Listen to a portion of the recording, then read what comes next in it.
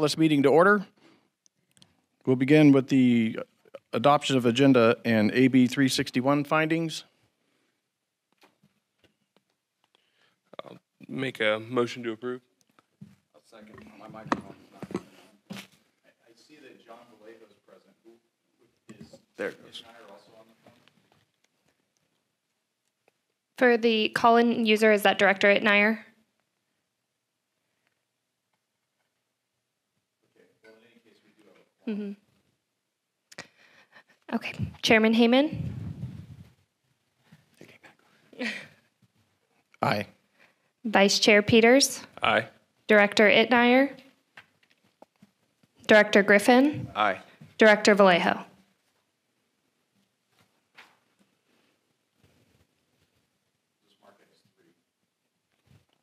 Motion carried.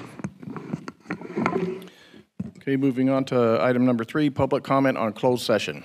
Do we have any public comment from the floor?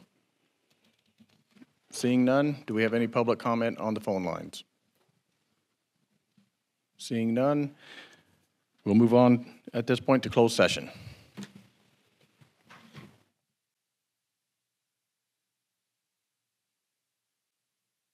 Go ahead, move to open session. We'll begin with a report on the closed session.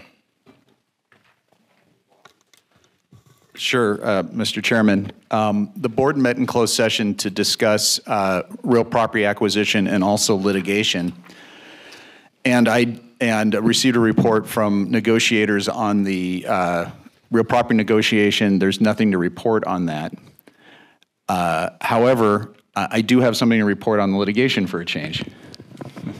So I would report that by a vote of 4-0, and I should explain that that was a unanimous vote of the directors, but because of prior conflict concerns, Member Griffin was not in the meeting.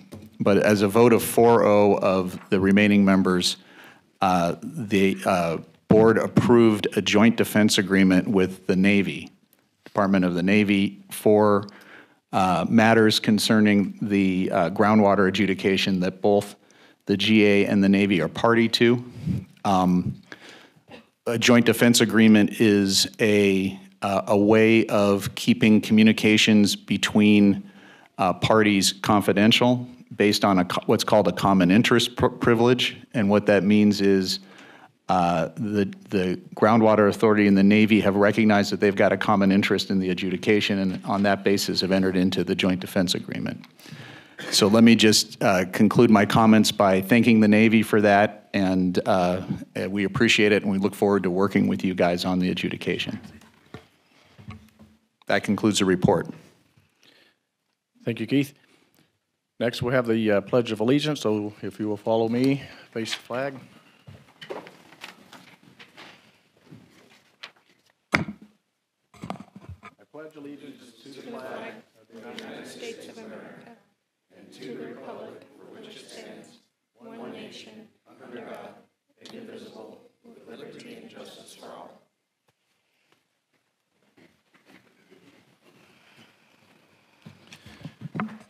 Next we will have a roll call. Chairman Heyman? Present. Vice Chair Peters? Present. Director Itnire? Present. Director Griffin? Present. Director Vallejo? Present. Moving to item number 6, public comment. This time is reserved for the public to address the board about matters not on the agenda. No action will be taken on non-agenda items unless authorized by law. Comments are limited to 3 minutes per person. So we'll begin with public comment from the floor. Do we have any public comment from the floor? Seeing none, we will move to the phone lines. Caller, go ahead. Yes, can you hear me? Yes, go ahead. Yes, okay. My name is Mike Neal, and I am calling again on the subject of the massive cost of the proposed imported water pipeline by the Groundwater Authority. I've brought this up before. I've stated some numbers, and this spreadsheet now is in its basically pretty much its last version, waiting a few feedbacks that I want to give on record to the public what we have so far as potential per household cost of this pipeline. Noting that all the numbers have been vetted as much as possible through various agencies. The majority of the figures on the spreadsheet are from the TAC report of 2019. I'd also like to note that I tried to communicate with one prominent member of the TAC as far as seeing about getting this almost 4-year-old report updated, and was basically stonewalled. So at this point, I am requiring from the GA updated figures on the 2019 TAC figures put out for the cost of the pipeline. Otherwise, this is going to go out with an estimated inflation rate that you could put on the spreadsheet that anyone can put in, but I put in a reasonable amount. What I'd like to do is highlight now the potential costs. These are all costs using only a 1% loan rate for the items that could be obtained loans for. And if there's a $120 million grant on the cost of the pipeline, the monthly cost per household is still going to be $92 a month. If the dream of the GA to get a huge grant doesn't materialize and there's no grant, it could be $122 a month. I'd like to note that it can never go below $54 a month, because the reported costs in 2019, there are going to be yearly annual costs. Those in themselves, and only for that part of it, amount to $54 per month. So this gaslighting previously by the general manager of the GA, saying that it's only going to be, I believe, something like $30-something a month possibly, that's not even possible for it to cost to be that low. It's not even possible. So this is going out. If the GA wants to respond to the public and issue a requirement today to the TAC to get these numbers updated, or to its staff to get these numbers updated, then they can be put in at any time by myself or others. In the meantime, I'm going to proceed with all possible means to get this spread out to the public so people can know. I'd like to say it's really sad that this particular effort has not already been done by the GA and distributed widely, and that a private citizen has to go through all kinds of effort to get this to happen. So this shows the GA is not trying to communicate very well. And you want me to get off immediately, right? Yeah, okay, well, your time I've got what I want to say, and I'm going to put this spreadsheet out, and you'll have to answer to the public on these figures. Thank you. Thank you, caller. Okay, next caller, go ahead.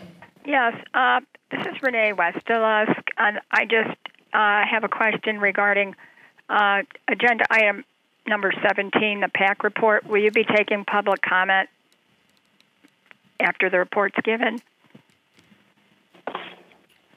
Renee, could you repeat that again? Yeah, I'm just calling on item number 17, the PAC report, Policy Advisory Committee report. Will you be taking public comment after the report? We could take public comment after the report, sure. Okay, thank you. You're welcome. Okay, any other callers? Okay, seeing none, we will now move to item number 7, board member comments. Any comments from the board?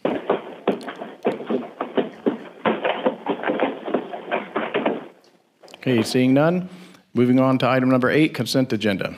Consists of item 8A, approved minutes of the board meeting January 11th, 2023. 8B, approved minutes of special board meeting January 25th, 2023. 8C, Brown Armstrong request for additional funding. 8D, approve expenditures. D1, $194,950, Stetson Engineers. Item 9, or D2, $26,519.75 to Regional Government Services. Item D3, $13,731.25 to Capital Corps. Item D4, $219,961.48 to Provost and Pritchard. And item D5, $1,558 to Well Intel. Any member of the board wish to pull an item? I would like to discuss the item Brown and Armstrong, the request for additional funding. If we could discuss it without pulling it, I would be okay with that. Okay, and any member of the public wish to have an item pulled? Okay. We'll go ahead and have a motion to approve the, or should we go ahead and hear questions? Yeah, it would first? be appropriate to have a motion to approve the balance of it. Okay, so do we have a motion to approve the remaining items?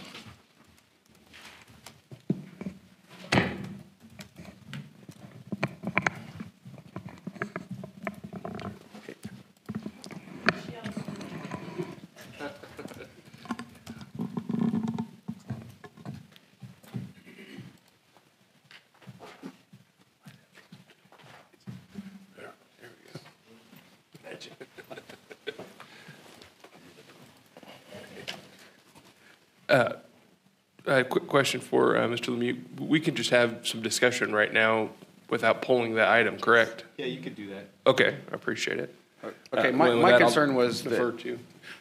Director Peters had brought it up that he had some concerns, and I looked at it and had some concerns that they were just issuing a change order. And so I wanted to get some justification for that and make sure that everybody was comfortable with that before we just move forward. Yes, sir, Director, that's a great question. And in discussing this with the auditor and reviewing the request, we recognize that the 2021 year that they're auditing involved a lot of very complicated litigation.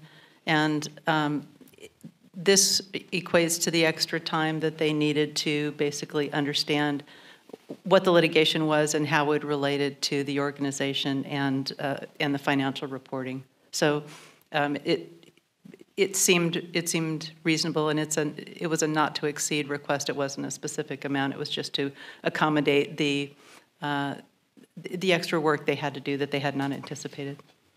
Okay, so moving forward for next year, if we use the same company, we could anticipate that it would be cheaper because they would be familiar now and not have as much cost. If we were to use the same company, I think that would be the case. I believe this will be the year for us to go out to bids for audit services. Okay. Then I will make a motion to approve. I'll second it. Chairman Hayman, Aye. Vice Chair Peters, Aye. Director Itnire, Aye. Director Griffin, Aye. Director Vallejo. Aye. Motion carries. Moving to item number 9, approval of letter of interest to U.S. Army Corps of Engineers. This will be presented by Carol and Capitol Corps. Thank you, Mr. Chairman. So you have in your packet a staff report as well as a draft letter, and this is a letter of interest prepared to the U.S. Army Corps of Engineers, and it's to request the Corps work with us through the Planning Assistance to States program. As discussed in the staff report, the WRDA, Water Resources Development Act, recently provided some authority to the Corps to provide local assistance, and there's direction language in there for assistance to the Groundwater Authority. We had a meeting late last year with Corps staff, and they requested that we provide a letter of interest to initiate that assistance, basically telling them what we were looking for, what our projects were, what types of assistance we would need. And so we've prepared that letter, and it's in the packet for your review and your comment. And I don't know do we have Capitol Corps on the Yes, line? Carol, Michael McKinney is here. So, Michael, do you want to add anything to that? Sure, I can add something. Good morning, members of the board. This is basically an application for additional assistance beyond what was provided in the WRDA 2022 legislation. It would extend that into the planning assistance to states to provide additional planning activities for the interconnection agreement. And then we have also included planning activities related to the water recycling facility. The Corps has given us essentially 4 areas that they would be able to help with. We have provided them a long task list which they are developing a work plan from, both for the WRDA 2022 as well as in anticipation of the letter that is before you. I want to stress on this, the Army Corps is a construction and service agency. It is not a funding request. This is for the Army Corps to actually do the studies associated and the planning activities associated with the two projects. The idea here is that the planning assistance to states would complete the planning activities associated with the interconnection project, and that's what we're hopeful for, and then would begin work on the water recycling plant planning activities. Those planning activities were between 8 and 11 million for the interconnection project and 5.3 million for the water recycling plant. These planning activities are usually between $1 and $2 million worth of staff time or assistance from the Army Corps, and I can answer any questions from there. Very good. Any questions from the board? I have a few questions. Looking through this presentation that was given, it looks to me like they're going to do cost analysis. They're going to look at everything and see if everything is feasible. So the district is very much on board, and I'm on board with looking at all aspects of every project.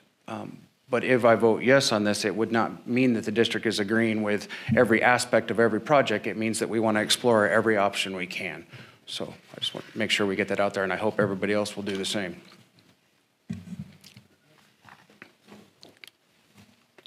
Any other comments from the board? Yes, I have one on the actual letter itself, on the IWVGA letterhead. Check the board of directors and make sure that's current. I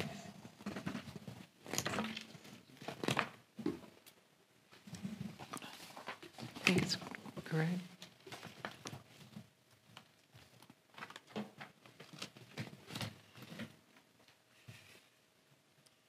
That's correct.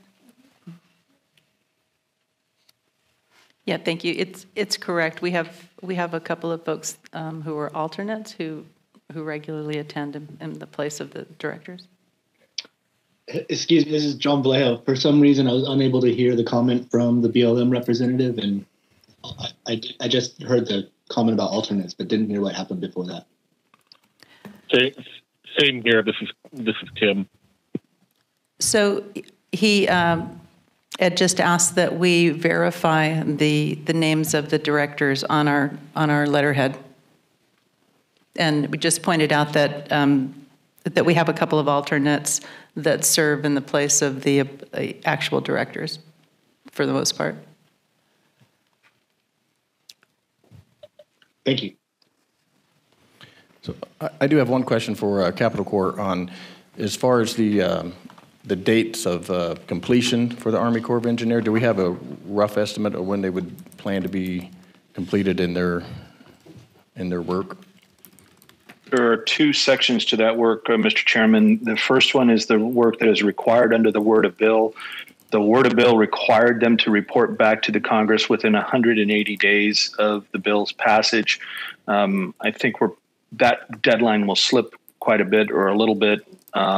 In terms of the work performed under the planning assistance to states, no timeline or horizon has been discussed between Stetson and the Army Corps at this time. Okay, thank you. Okay, we'll move to public comment. Do we have any public comment from the floor? Okay, seeing none, any public comment on the phones? Okay, no public comment on the phone, so we'll bring it back to the board for any further comment or a motion.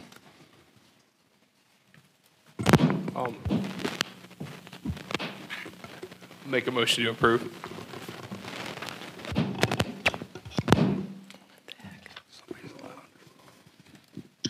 This is John Vallejo. Sorry, there's something going on with the audio over there. I'll second if it hasn't been seconded.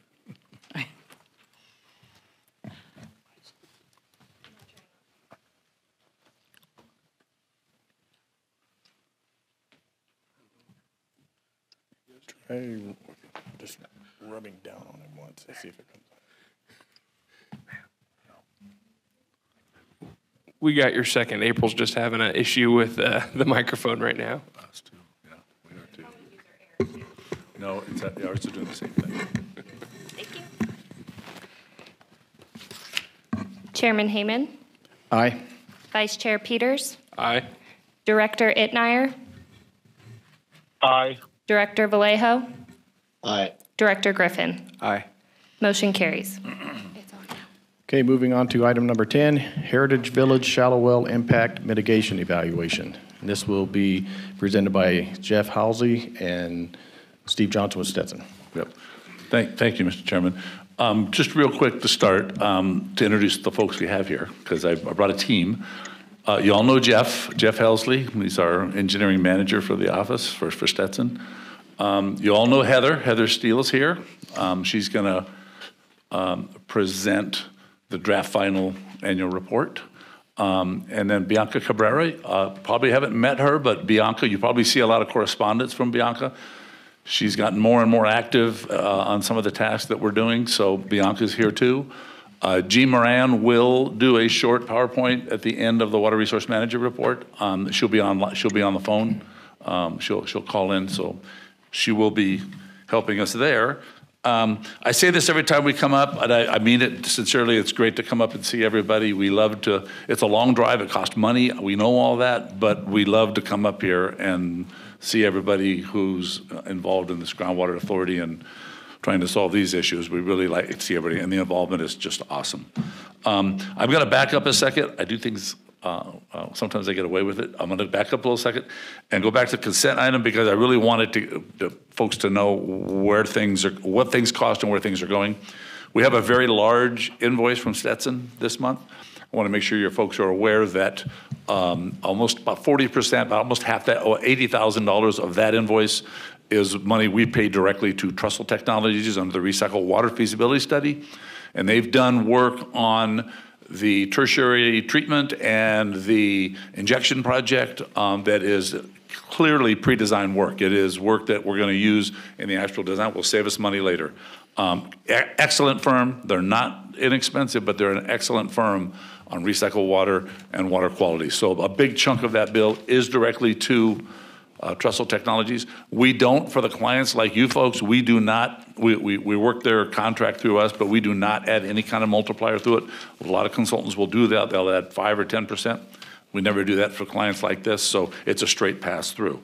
The other thing that's in that bill is, I think as you all know with this Prop 1 grant, we've got 3 proposals, RFPs and proposals that are on the agenda today. One that we've already awarded, been working on the pipeline alignment, on that coordination. So other than in addition to the other work we've been doing, a lot of work been being done on that Prop 1 $7.6 million grant and trying to get it done in the time allotted. So with that, just a little bit of upfront stuff, and we'll get back on the agenda for item number 10 and for Jeff. Good morning, Chairman, members of the board. I want to say one thing on a correction on Steve's discussion. The imported water project's not at this point being funded by Prop 1. We're actually closing out the Prop 1 funding. The authority was awarded what they call a Sigma Implementation Round 1 grant, which is the $7.6 million, which will be funding all the work we'll be talking about on imported water today. So just keeping our funding sources straight. So I'm here to talk about shallow well mitigation this morning. The groundwater sustainability plan recognized that we're still going to have continuing declining groundwater levels until all of the programs and projects in the plan are implemented. So the plan included a shallow well mitigation program to address that. Your board adopted on February the 10th, 2021, a shallow well mitigation program. There's really 2 components to it. There's an emergency program, emergency assistance program, that for potable wells that were supposed to address things like if there was an immediate need for water, for bottled water, for hauling water.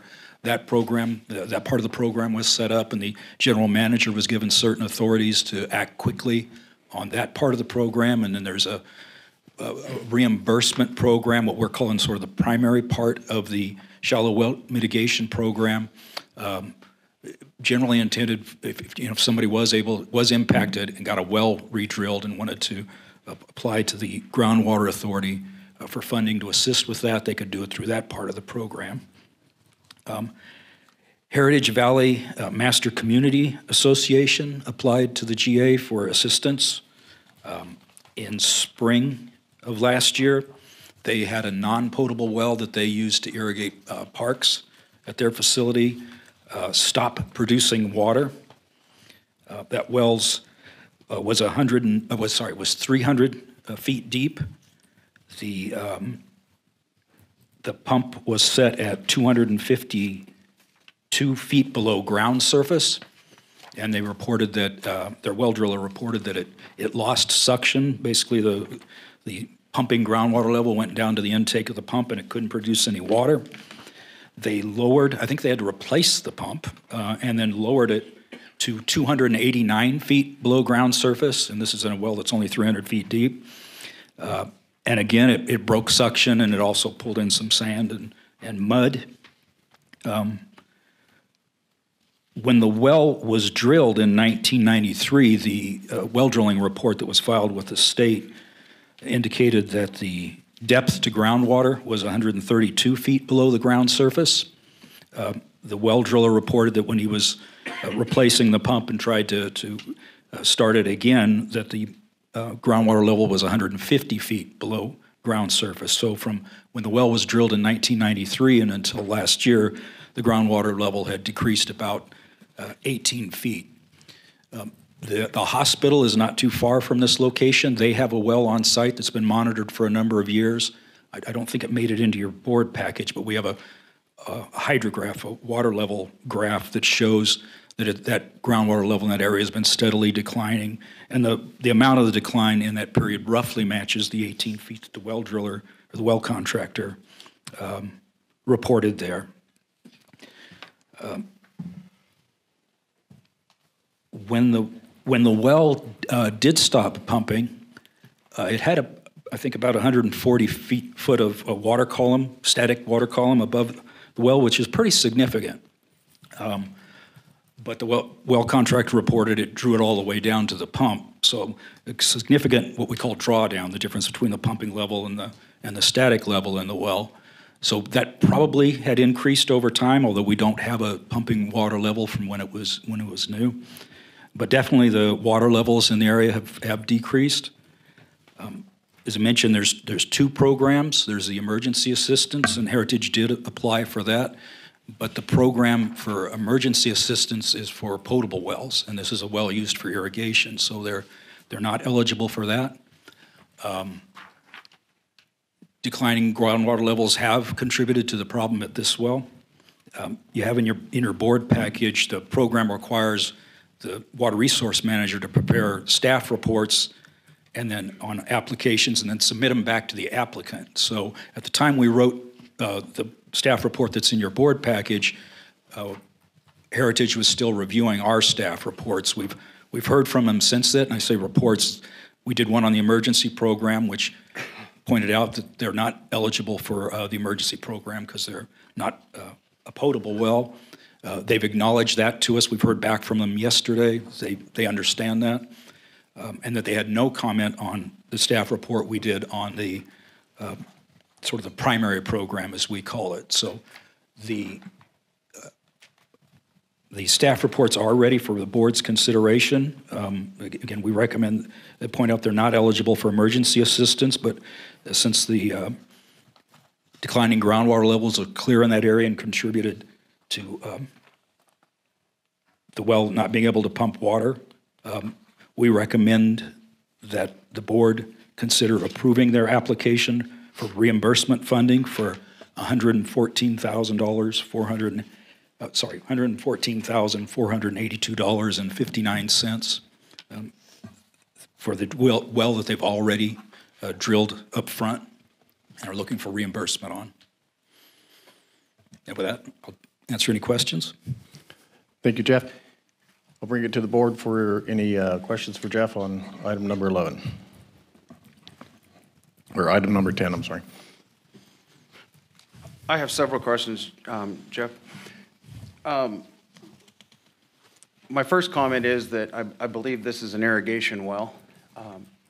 And I don't believe that the GA should be paying for an irrigation well inside the district boundaries especially, or in the county. The county currently has a restriction in place that no irrigated front yards, and the water district follows that policy also on any new homes built. So I have an issue, first of all, with replacing an irrigation well to water grass inside a community of homes when we're telling the rest of the community, cut back on your water, don't water your grass. There is no charge being assessed to this well for a replenishment fee inside the district boundaries. So the ratepayers are paying a replenishment fee, but yet this well to irrigate grass would not be paying the replenishment fee. So I have an issue there also. If we want to talk about the well,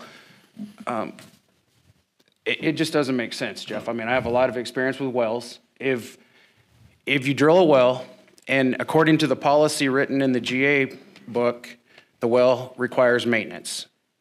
And that well should have been brushed and scrubbed. Was that done? We have no information to say that. The well was not cameraed. We don't have anything where they cameraed the well to see if the perforations were rusted, if there was buildup from metal, from rust, from algae. We have no idea to tell that. So what we're doing is looking at a well casing that has perforations 50 feet. And if those perforations are plugged from the inside or from the outside, or the fines have worked their way in through the gravel pack on the outside, and it's not allowing that chamber to fill up with water, the drawdown would be very large because it's only sucking the water that's made it into that pipe. And then when you turn the well on and it starts to pump, the water's going to go down to the bottom because the pipe is all that has water in it, because it's not allowing the water to flow in from outside into the pipe because the perforations are plugged. So it tells me when we look at a brand new well that was drilled in the same location, that you put in a new well with new casing or with new perforations that are wide open, the water's coming in, you turn it on and the drawdown is 2 or 3 feet, it tells me it's not a water problem, it is a well problem, and the casing was plugged, or it was corroded, or it was damaged, and it wasn't allowing the water to come in there. I'm correct at that, right? The staff report does indicate that it is clear that the drawdown on the well has increased over time. And we did not have any records on any maintenance that was done. I'm not saying it wasn't done, we just weren't providing any records on that. Correct. And then if you look at Heritage Village's report in 1992, it also states that the life expectancy of their well would be 30 years, and it would not rust because it was put in with PVC, but it actually was not. It was mild steel, and it still made it 30 years. So we're paying for a well, or we're being requested to pay for a well that met its life expectancy. So if we approve this, everybody that has a well that's reached 30 years or 35 years, they're gonna say, hey, my well needs replaced. It's setting a precedent, in my opinion, that we don't need to set. I mean, I'm gonna use an analogy, and I had a lot of fish tanks in my life, and I'm sure a lot of you guys have, but if you got a filter setting on each side of your tank and it's got a tube that goes down, those tubes get plugged.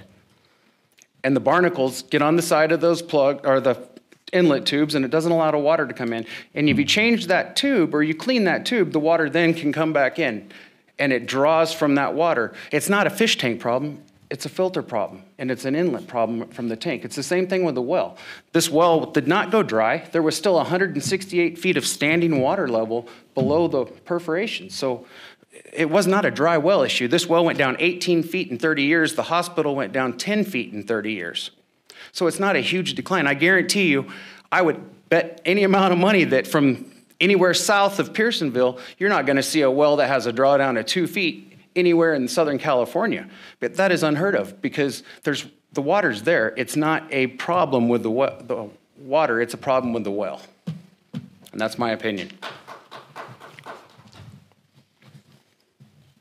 I actually have a question as well. So on the staff reports in here, you may have explained this and I might have missed it, but on the first one in our packet, it recommends denying the application, and the second report recommends approval.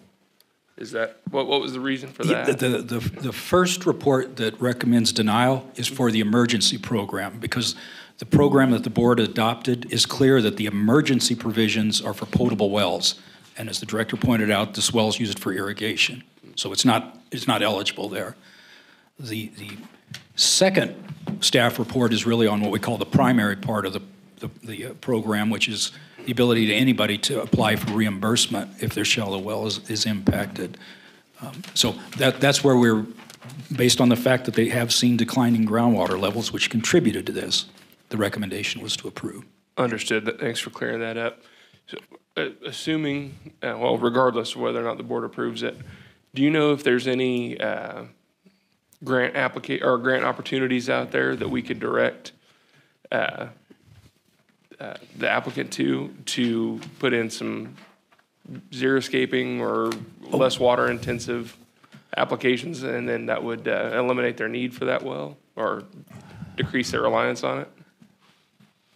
There have been grant opportunities in the past for public agencies. The only situations I know of for a private owner like this is if a local or regional water agency makes grants available or passes through the bigger grants that they get. There may be something out there from the state, but not that I'm aware of. Okay. From my point of view, I think that might be something that would be worthwhile for pursuing for our board, is looking into just verifying whether or not there's any grant opportunities out there that we could pass through for local use for transitioning to more drought tolerant landscaping.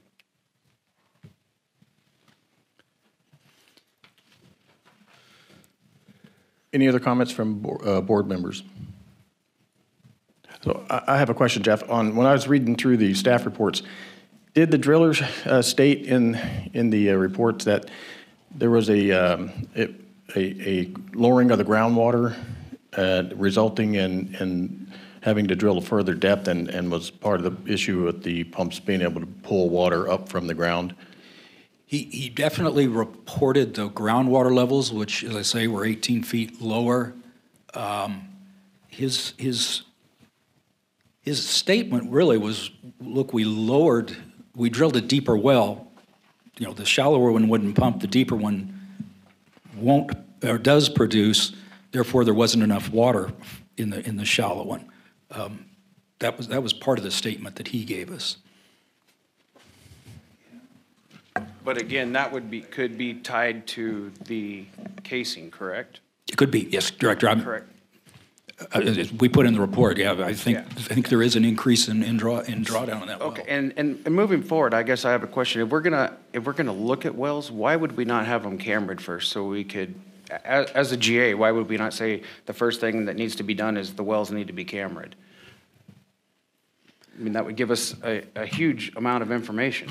A number of the things that you've asked about aren't in the policy at the moment. That was a program, but a lot of those are okay. Some of those are policy issues. Some of them are technical that might be good to consider. Okay.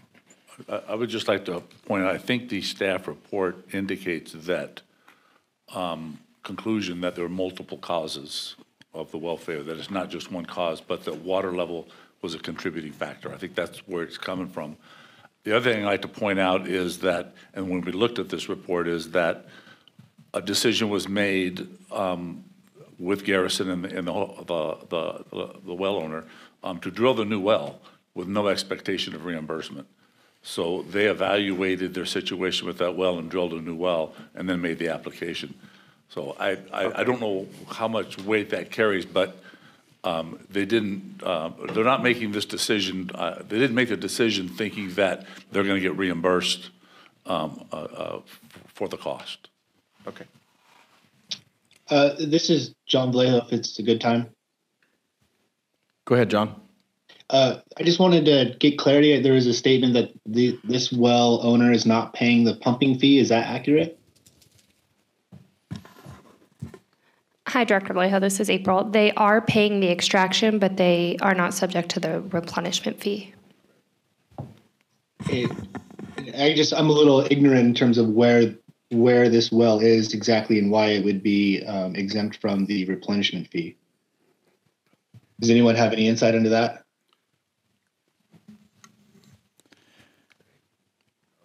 The well is, as far as where it is, I guess it's located.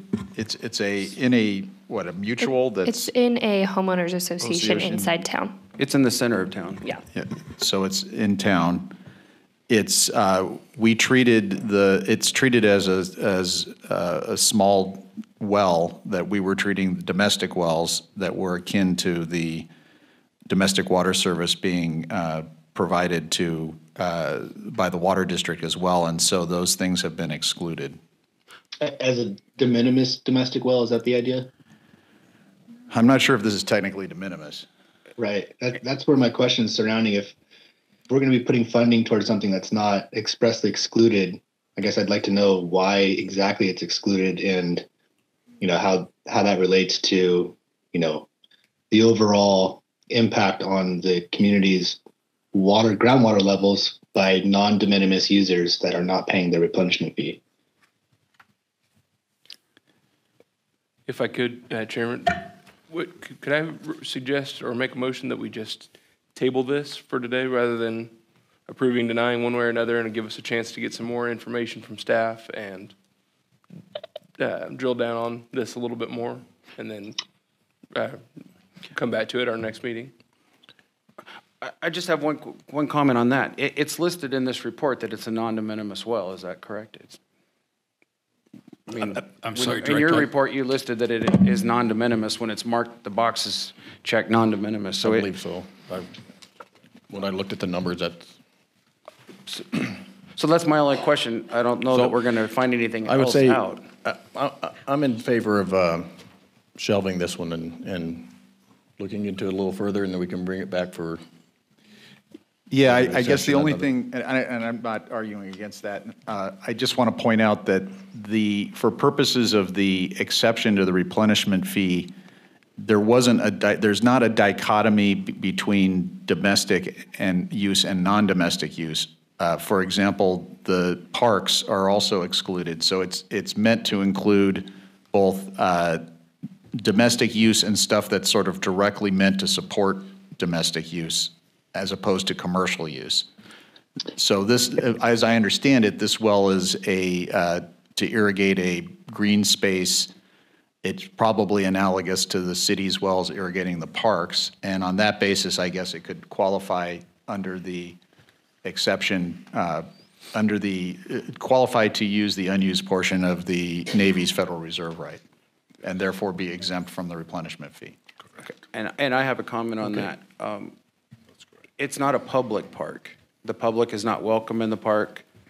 So I feel it would not be, well, because the city park and the county park, the reason they're not paying the replenishment fee is because you're claiming overlying rights user, right?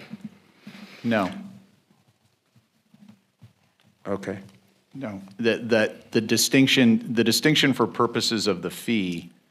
So I guess just as a quick refresher. So the concept here is that the Navy owns a Federal Reserve right that's outside the jurisdiction of the GA. Correct. GA cannot impose a fee on production of the water of that because we don't have jurisdiction over it. The Navy's Federal Reserve right is not only the amount of water that they're currently pumping, but also includes all of the water that is reasonably necessary to carry out the mission of the base as defined by Congress, I guess. Correct. So therefore, it's not just I don't know exact number, but let's say 1,500, 2,000 acre feet being used on the base, but also potentially everything necessary to support the base, which we deem to include personnel and so on. On the base, in the 60s, my mother, along with a lot of other people, lived on the base, and there were amenities for those folks. I guess bowling alley, so on and so forth. Some of those amenities still exist. Stores, but things necessary to support people out here because there was not a city. At some point, a decision was made to move those people off the base, and so those uses then came off the base and were being supplied by the water district and also certain individual wells, including this well. So the question, and so the logical train of thought here is that obviously those people and those uses are necessary to support the mission. So that's the prism that you're looking at this question of whether this well would fall under that or not. I think that to be honest with you, we didn't make a granular determination of each individual well, what percentage is being used for, this or that, but it looks like, looking at it from this view, that it's akin to, sort of water used for landscaping to support the residences, and it just happens to be a private well rather than a district well or a city well that's doing it. And that's sort of where you come to the logic on this. Okay. Did I explain that clearly? You explained it. But what that would be saying is that we are making a special allocation for just the residents of that village to use that park, and it's not an open public park. If it was an open public park, I would agree with you 100%, but it is not open to the public. And that would be telling me as a contractor that if I wanted to build a new subdivision, I could drill a well in the middle of it for irrigation, and I would not be subject to any replenishment fees. I would not be subject to any of the pumping restrictions that were put in as far as the days that I could water. And so if we do this and approve it, that's what we're telling new developers. You can come in and drill an irrigation well, and we'll let you pump as much water as you want, and it's not subject to a replenishment fee because it's benefiting the community. We have parks in town. We have parks on the base. We have a bowling alley on the base. We have a gym. We have a pool. The base offers more than the city offers right now. Respectfully, I think for purposes of the fee, you're creating a false dichotomy. Recognize that the majority of the wells that are exempted from the fee are private wells, they're residences and so on, and the water is being put to private use. Correct. And this would just be another one.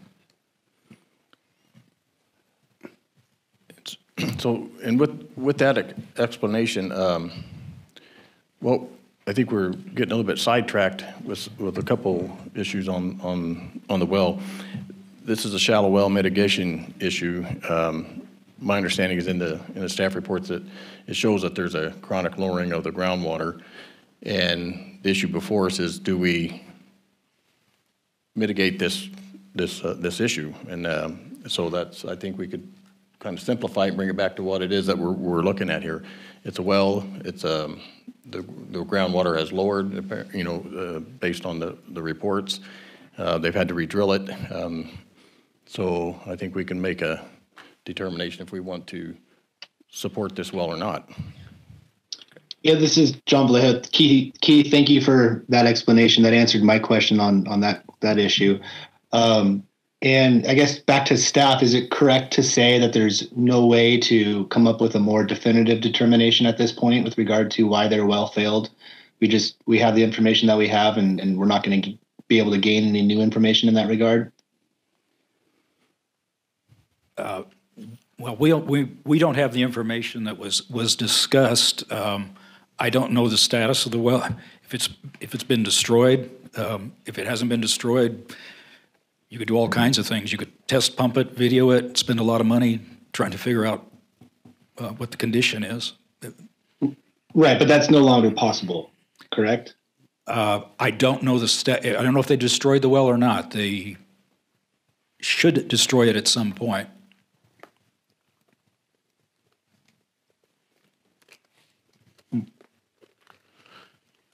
Mr. Chairman, go ahead. If I can, I'm just going to make the motion that we table this until the next meeting, and we'll take an opportunity to get some more information, make suggestions, recommendations to staff, and then take it back up in the future once we've been able to get some more info on it. Do we have a second from any of the other board members? I'll second that. Okay. Thank you, Jeff, and we look forward to delving into this in a later date. We will go ahead and follow up with public comment, and we'll start with public comment from the floor. What, are we getting public comment on the item that was just tabled? That was my concern. Yeah, we don't have to, we can wait and have public comment when we consider I think we could, meeting. we'll be readdressing this issue in the future, so I think it'd be appropriate to go ahead and have our public comment at that time. I would like, excuse me, this is Judy Decker.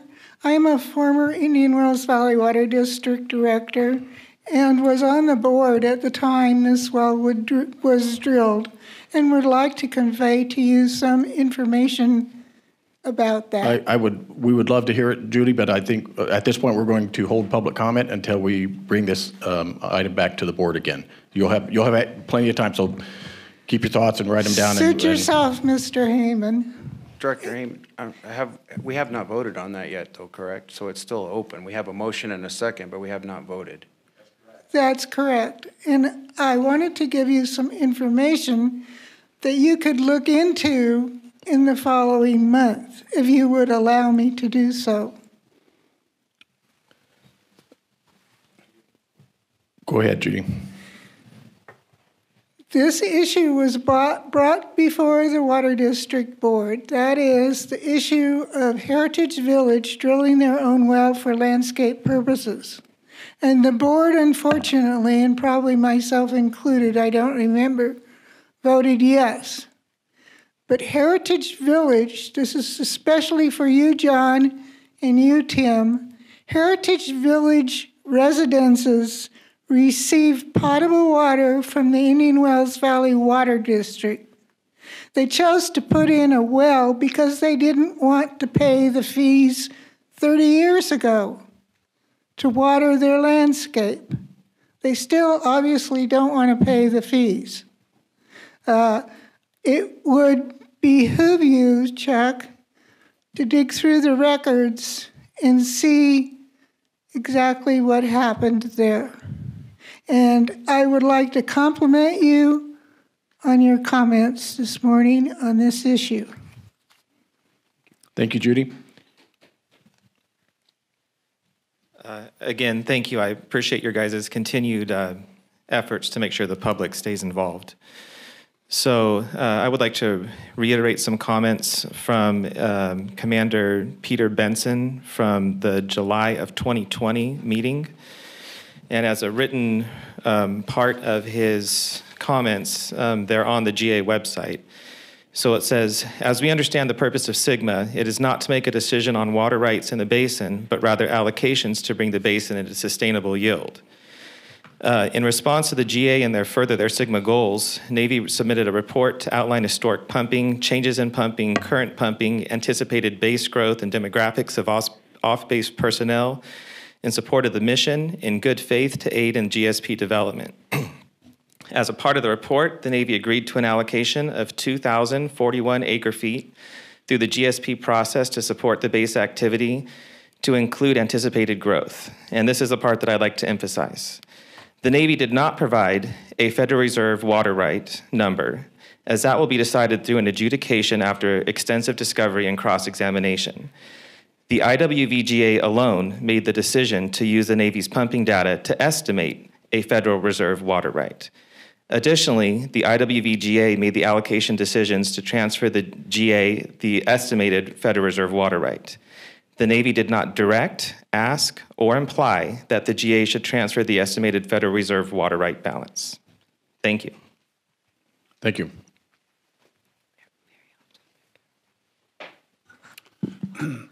I'm Don Decker, a member of the PAC. At the time that the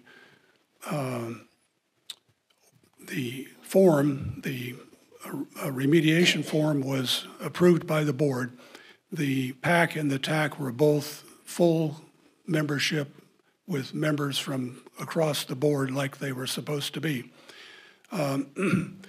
The idea that somehow or other the second funded remediation effort applies to a broader range of well types is questionable. As a matter of fact, if you look at the wording in the existing document, you'll discover that the word homeowner appears at least twice, and other words that imply ownership by private individuals. That's in the present form that you would fill out for compensation. I have a memo to this board, which I'll give you, that goes into this more detail. But in the situation that we are in, where this board and the community as a whole is looking at every possible way to save water, to reduce water consumption, to approve a irrigation well that is really for the purpose of improving a private community, I should have said, is hard to believe that this board would actually approve such a thing. Thank you. Thank you, Don.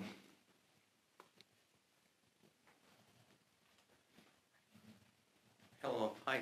My name is Charlie Massey, and I want to thank Mr. Griffin here for his comments about having adequate information to determine what may be the best approach to some of these problems that exist. Thank you. It can be, for any of us, when we're dedicated to our mission, that we get in a box. We don't see outside that box. But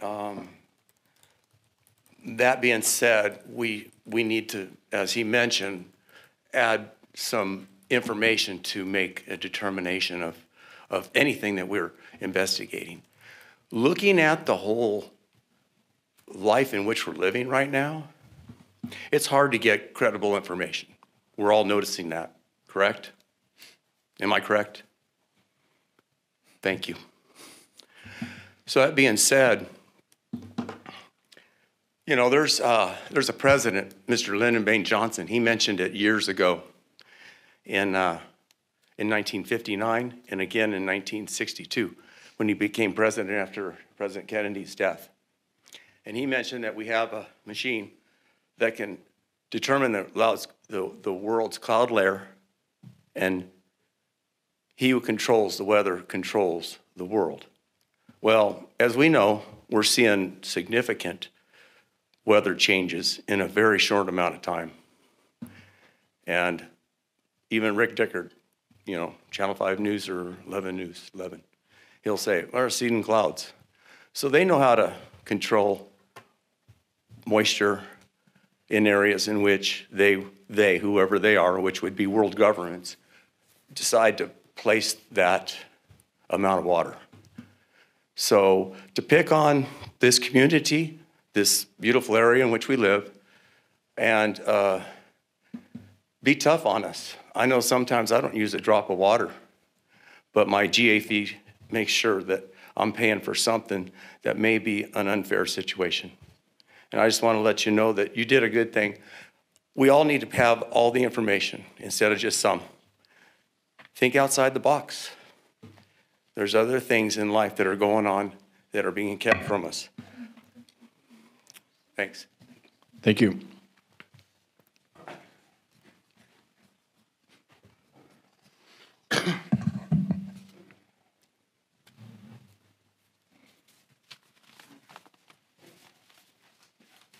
Good afternoon, Chairman. Phil Hall, Deputy County Counsel and one of the GA attorneys. Two things that I think we should point out today about this discussion. One, the discussion of the replenishment fee isn't what we're here about today. The replenishment fee was over 3 years ago. Discussions about the replenishment fee should have occurred at that period of time, and they did, and this is what we now have for the replenishment fee. But with that said, I want to point out that anybody here who's thinking that this well is some huge pumper and large user of water in the basin should take a step back and remember we have 7650 of sustainable yield, and this well pumps 17 acre feet. 0.002% of the well, of the water used, which I'm sure setting up here 3 years ago, nobody really considered to be something to spend a massive amount of time worrying about whether or not every single particular drop was, how shall we say, being examined to that extent. I don't believe the Water District, who now seems to have a problem with this well, made any comments about that at the time. Had they, we would have had the discussion. I don't remember any true discussion about this well. Doesn't mean we shouldn't maybe in the future, but I am pointing out that 0.002% of the sustainable yield is what this well uses. which is considerably shallow, considerably small amount. So that's my main point. The sustainable yield chart, which had where we were and who was going to be looking at paying replenishment fee, was out for a full year before it was adopted. There was plenty of time to discuss it. The Water District had members on the PAC and the TAC at that time, so they had the opportunity. And I'm not saying that they shouldn't bring it up now if they wish to, but asking us why something was done 3 years ago when discussions could have occurred and should have occurred with plenty of notice is, I think, not really the best suiting of our time right now. Our time today is, do we have a shallow well that has been damaged by overdraft? That's the issue before us today. Thank you. Could I comment back to that, please? Thank you, Phil. Mr. Hall. Sure. The Water District, I only brought up in subject that they were not subject to the replenishment fee as one of the reasons why we would pay, why would we pay to replace their well is one of the reasons. I did not request that they pay the replenishment fee or anything like that. My simple question for you is, why would the Groundwater Authority pay to replace a well that met its life expectancy of 30 years when it was drilled? The well obviously was degraded. They inserted a well where the old well was at. The static level dropped 18 feet, so it's a very, very minimal shallowing of groundwater. So why would the Groundwater Authority step in and pay for a private irrigation well? It makes no sense. So first, let's take a step back. We should not be today trying to revisit a program for shallow well mitigations that we've already adopted. That's one issue. We can't sit there and redo a policy because we don't like a particular well that falls under that policy. But setting that aside, let's answer some of your questions. I don't believe 30 years is the accurate number. I think it's more above 50, 60, 70 years even, but that's an engineering question for Steve. Secondly, why would we pay? It doesn't matter if it is an irrigation well. It doesn't matter if it's a home well. The reason why we are having shallow well mitigations in this basin is because overdraft is causing damages to infrastructure that people have put in. And those that are overdrafting need to pay to correct those damages or stop overdrafting. Our whole plan is allowing continual overdraft of up to 120,000 acre-foot of water before import gets in, on the premise that we will be mitigating those wells. And with that said, let me take this a little step outside of our GA. There's GAs in Kings County who recently sent, well, recently, it was last summer, a letter to DWR telling DWR, we understand you will not approve our GSPs unless we take care of shallow wells. And those farmers decided that they weren't going to take care of shallow wells, even though they were looking at damaging 25% of wells in their area. They thought they shouldn't have to. Well, one of the things we've been told from DWR, and one of the positions of this policy here is, if we are damaging wells by allowing continual overdraft, we should replace those wells. And we didn't take the position at the time, policy, somewhat legal, I'm not even sure if you legally could separate, but we didn't take a position between domestic, somebody providing domestic water, and an irrigation well. That wasn't part of the policy that we had developed. So now, when we're into the policy, revisiting it, I mean, these are discussions that should have, if they needed to occur, occurred then, not now. So to answer your question, irrigation, it just doesn't matter because it's a well. It's somebody put infrastructure in, and it was damaged. Now, I don't know if 18 feet is enough. I'm not an engineer. I'm not opining on it. Engineers will do the engineer stuff. I can tell you from the legal perspective, though, we need to treat people equally, and infrastructure is equal. To put it another way, Chuck, if somebody runs into your car and damages your car, you expect them to pay the same amount to you as if they ran into your truck that you use for work. It's your piece of equipment that you use, or your vehicle, and it's been damaged by somebody else. And I understand your point to that, if they could prove that we caused damage. I am not against, let's make it very clear, I am not against shallow well mitigation. If a resident has a problem, I'm not against that. But what I am against is this issue right here specifically. I'm not trying to change any policy. And I would ask, Jeff, anybody that would like to comment, this well did not go bad because of water declination. I mean, it's obvious by the report. I would like to just make a statement here. You know, are you dealing with subjective or objective findings here? I mean, are we qualified to make those statements? Absolutely. We have a report right you, here. you as yourself, though, I'm saying, or do we know those as factual? Absolutely. That you can. That's claim, what I do for a living. You can. Well, okay. I understand I'm just saying, how I well don't want works, to get into this. And the problem here is not the water, and that's the message that we're going to send out to this town, is that we had a decline and this water well went dry. This well did not go dry. But did it not stay? There's 168 feet of water underneath the perforations. Yeah. And even if the well was drawn down, there was still water. If it had a 100-foot drawdown, there was still 68 feet of water. You could still so make the well argument. didn't break head because the water wasn't coming in. The well broke head because the casing did not have any more water in the well. And it's written in Jeff's report. It's very clear. If you don't drill a well and expect it to not be able to drop 18 feet in 30 years. There's not a well driller alive that will tell you that. They don't design a well, oh my goodness, if it drops 18 feet, this well's gonna go bad.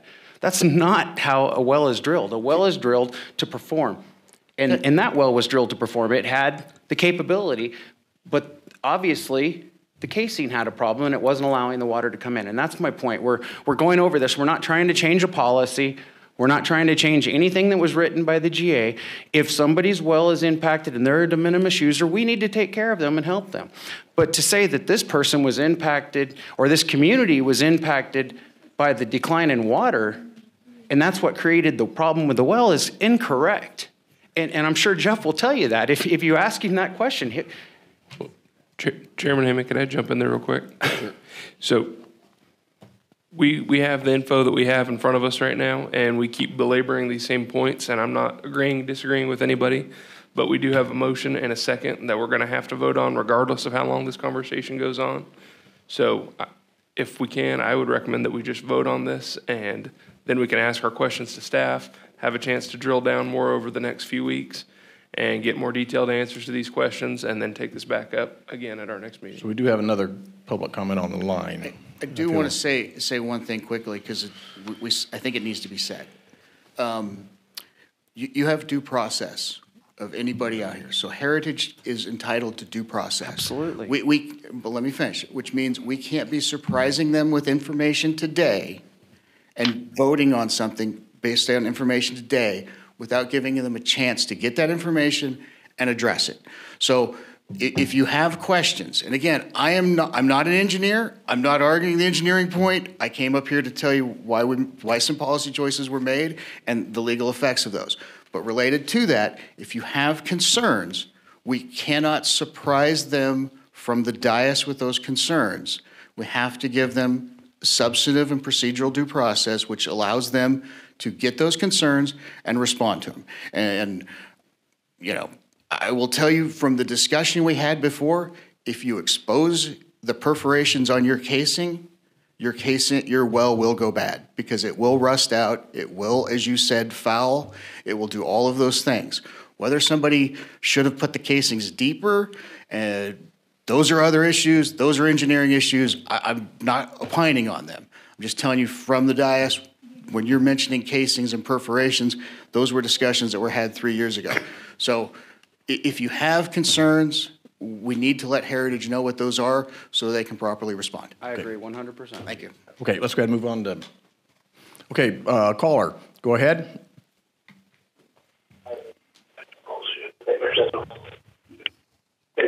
Caller, go ahead. Yes, or caller. Yes. Okay, go ahead. Yes. Okay. Yes, this is Mike Neal. I'm really surprised at the amount of weasel wording that I just heard from your lawyer there, coming up to the dais and getting all kinds of your time. Let me just point out a few just obvious stated facts. First stated fact is from Heritage Association. They stated that this is a non-potable well.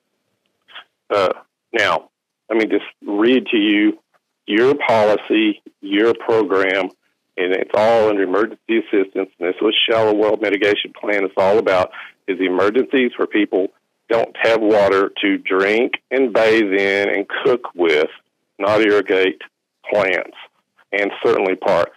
Let me just read this to you. It says the emergency assistance program is for shallow wells experiencing an emergency water supply situation where the well failure has occurred and no other potable water supply is available.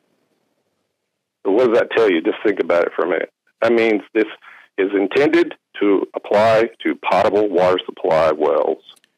And you can repeat the same language in the assistance form, word for word. So twice the GA has stated essentially the intent is for potable water supply wells. Mr. Decker has pointed out some other wording that I did not catch, and where it's supposed to apply to homeowners. Well, this is not for the homeowners' use. This is for to keep that park green.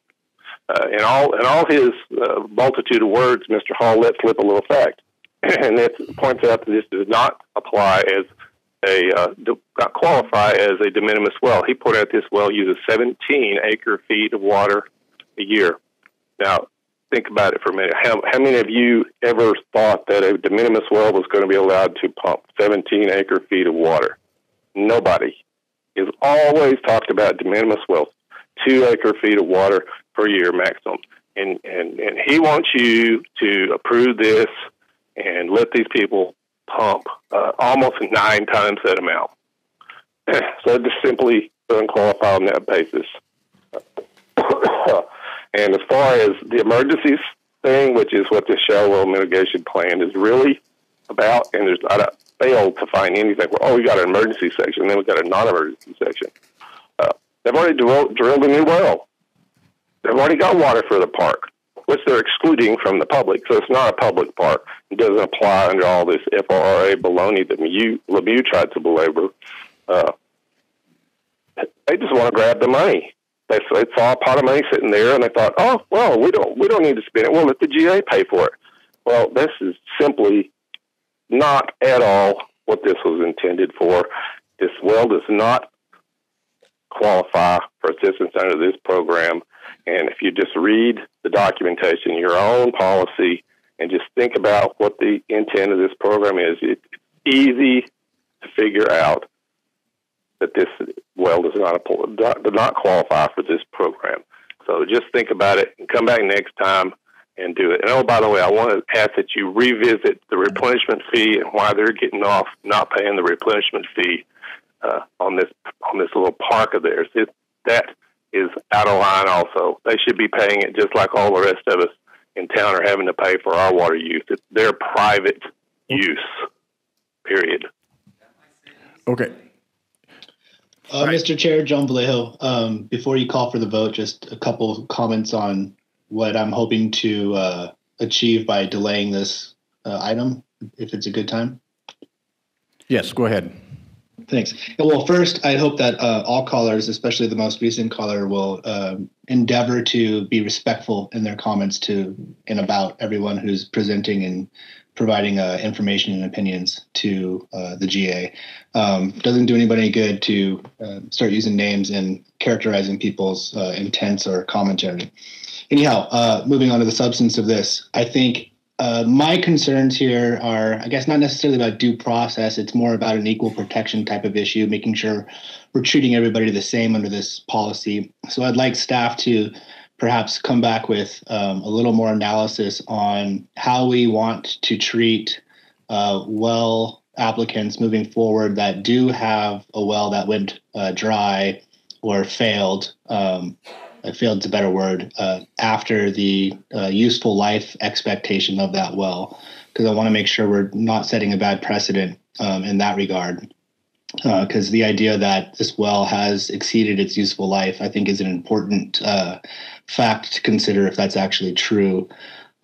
Second, I'm not quite certain that the issue of paying the replenishment fee is directly relevant to our application process here, but I do find it interesting, possibly concerning, that we would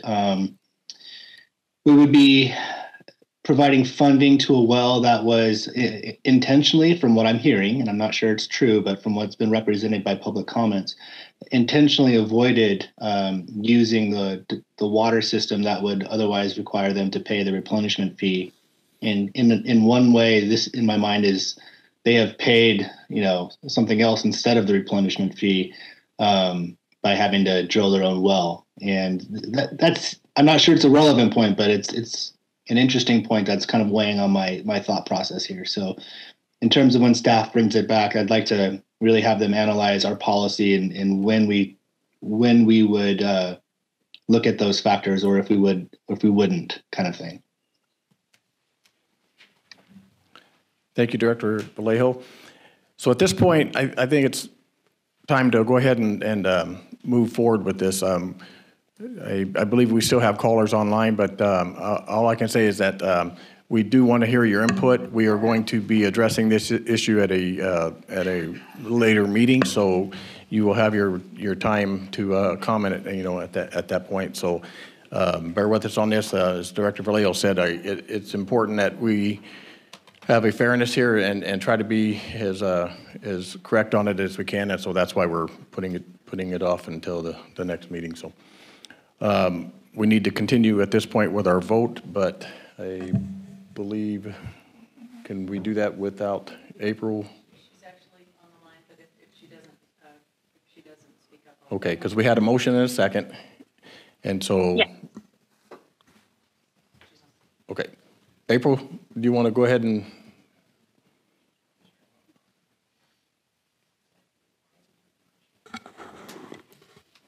April, can you hear us? April, do you want me to do the roll call? If you would like, Carol. Let me just. Sorry. We lost you guys for a second in the WebEx feed. So if you can hear me, I can call the vote. Okay, we can hear you. So go ahead. Okay. Chairman Heyman? Aye. Vice Chair Peters? Aye. Director Vallejo? Aye. Director Itmeyer? Aye. Director Griffin? Aye. Motion carries.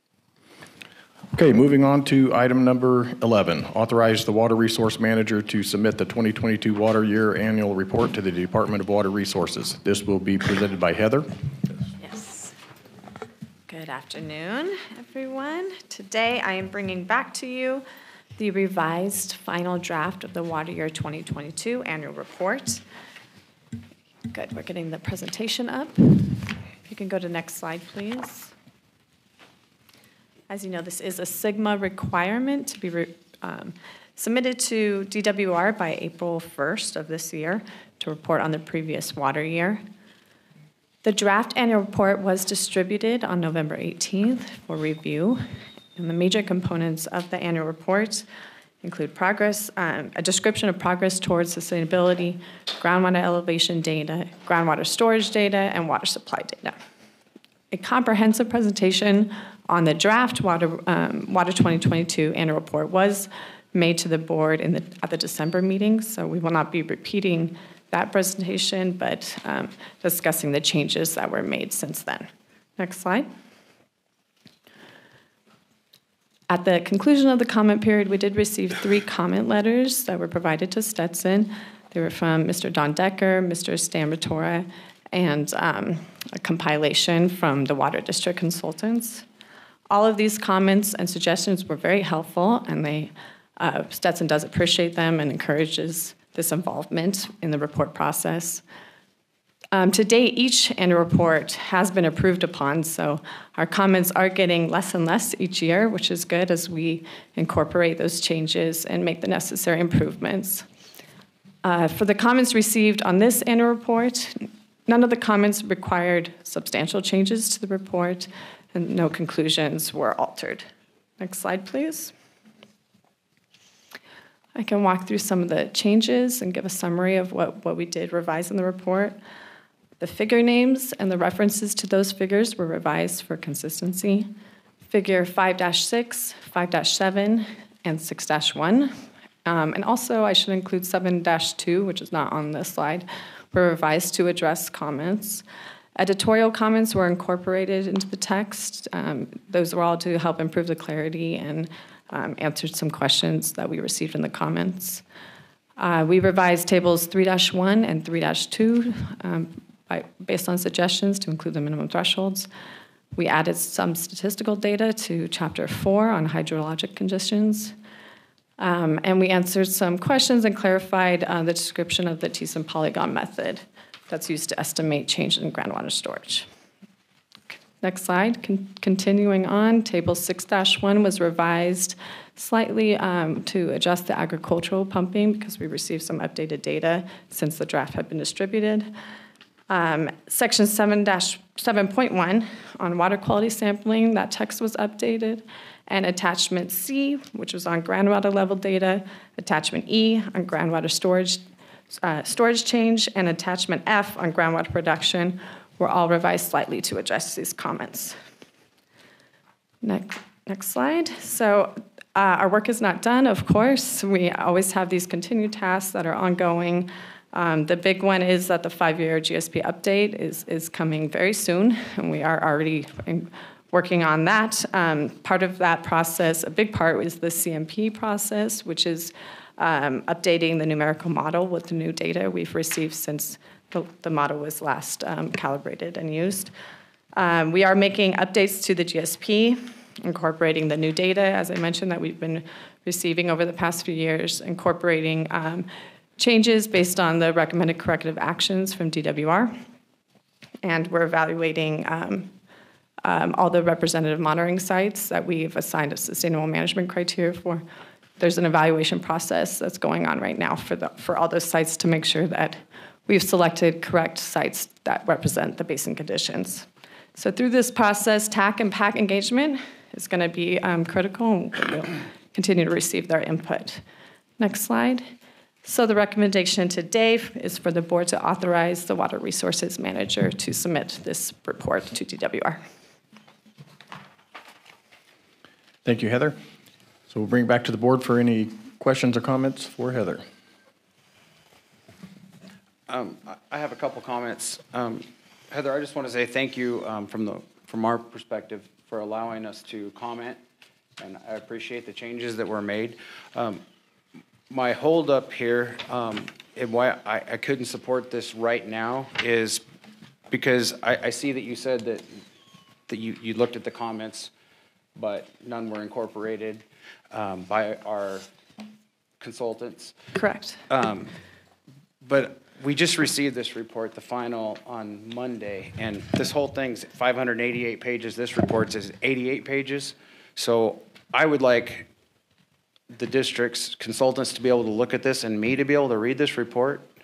Because I'm not going to lie, I did not have time to go through 588 pages here and read this whole report. So I would like to read this report because it's 88 pages. So I would like to table this and vote on this next month, and it would still meet the deadline to submit this April 1st. Or I couldn't support it today, but I would like to read it and vote on it next month. Any other comments from the board?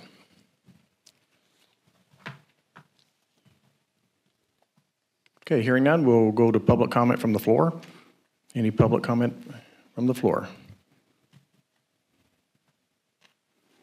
Okay, seeing none, we'll move to the phone lines. Any public comment on the phones? Okay, seeing none. So, all right, I'll bring back to the board for a motion. Okay, I would make a motion to table this until next month. I'll second it. Chairman Heyman? No, he's made a motion to, but I'm asking the rest of the members of the board if they want to make a motion to approve it. Well, first you have to find out if there's a second to table it. If not, then the motion would die for lack of a second. Okay. If it's still able to be reviewed at the next meeting and still meet the deadlines, and if Director Griffin wants more time to review it, provided all those things are accurate, I'll second it.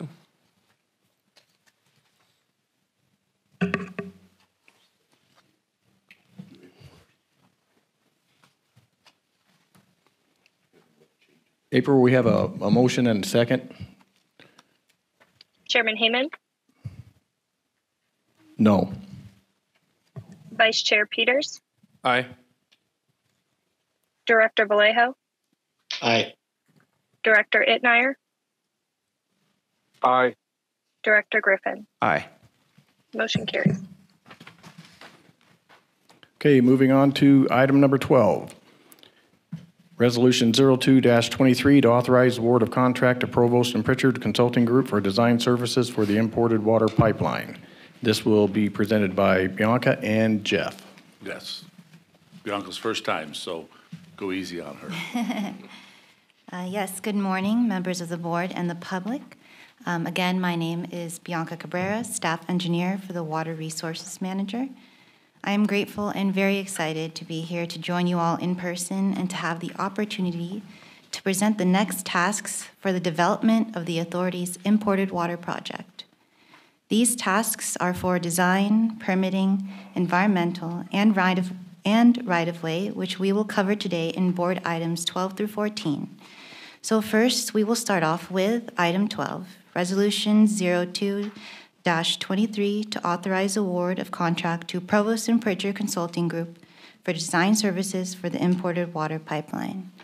And we'll stay on slide 1 right now. It says 12, but that's correct.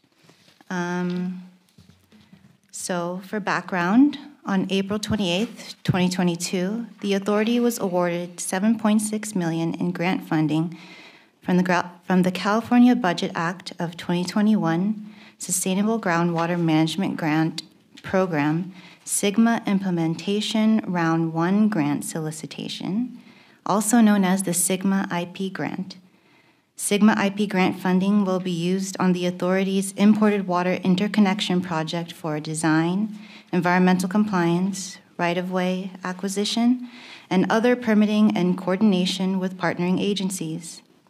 Work under the grant must be completed by March 31st, 2025, but an inquiry is being made to DWR regarding the possibility of extending the deadline. As mentioned by Capital Corps during item 9, at this time, staff is also expecting some of the development cost of the project to be covered by the Army Corps' Planning Assistance to States program. Next slide, please. Under Task 1 of the IP grant, on July 22, 2022, the board authorized an agreement with Provost and Pritchard Consulting Group, also known as PNP, to perform an alignment study.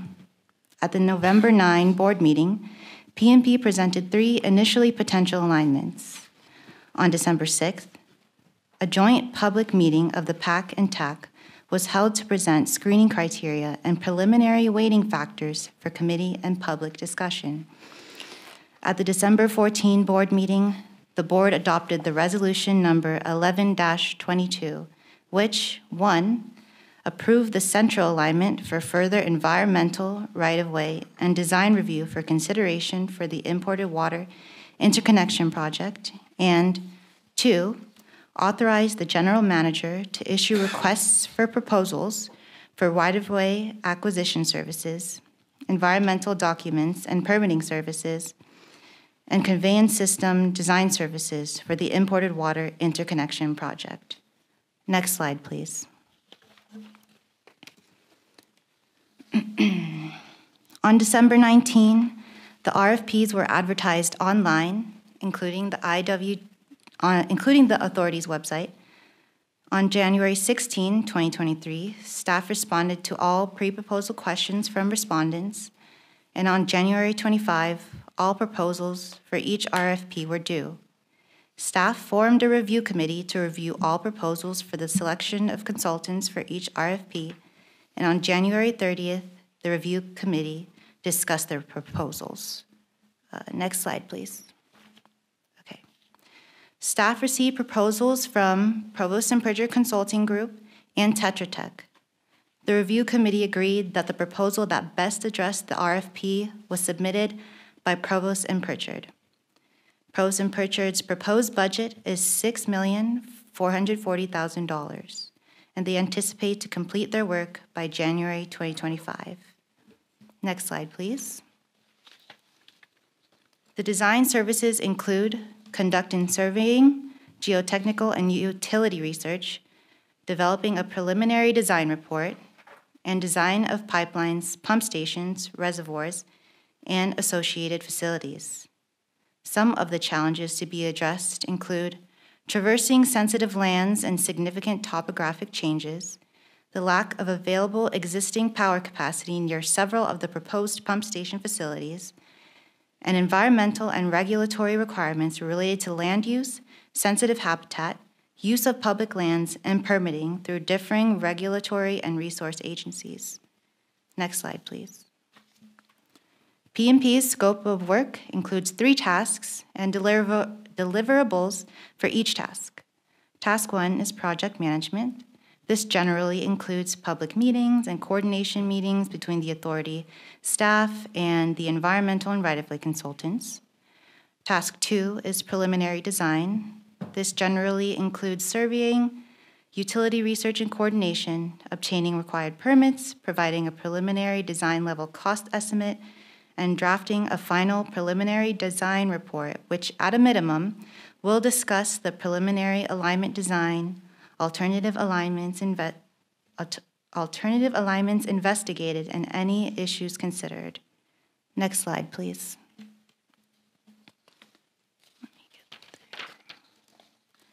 The final task for design, task 3, requires P&P to provide design drawings, schedules, cost estimates, technical memorandums, and written responses to the authority's comments at the various design levels.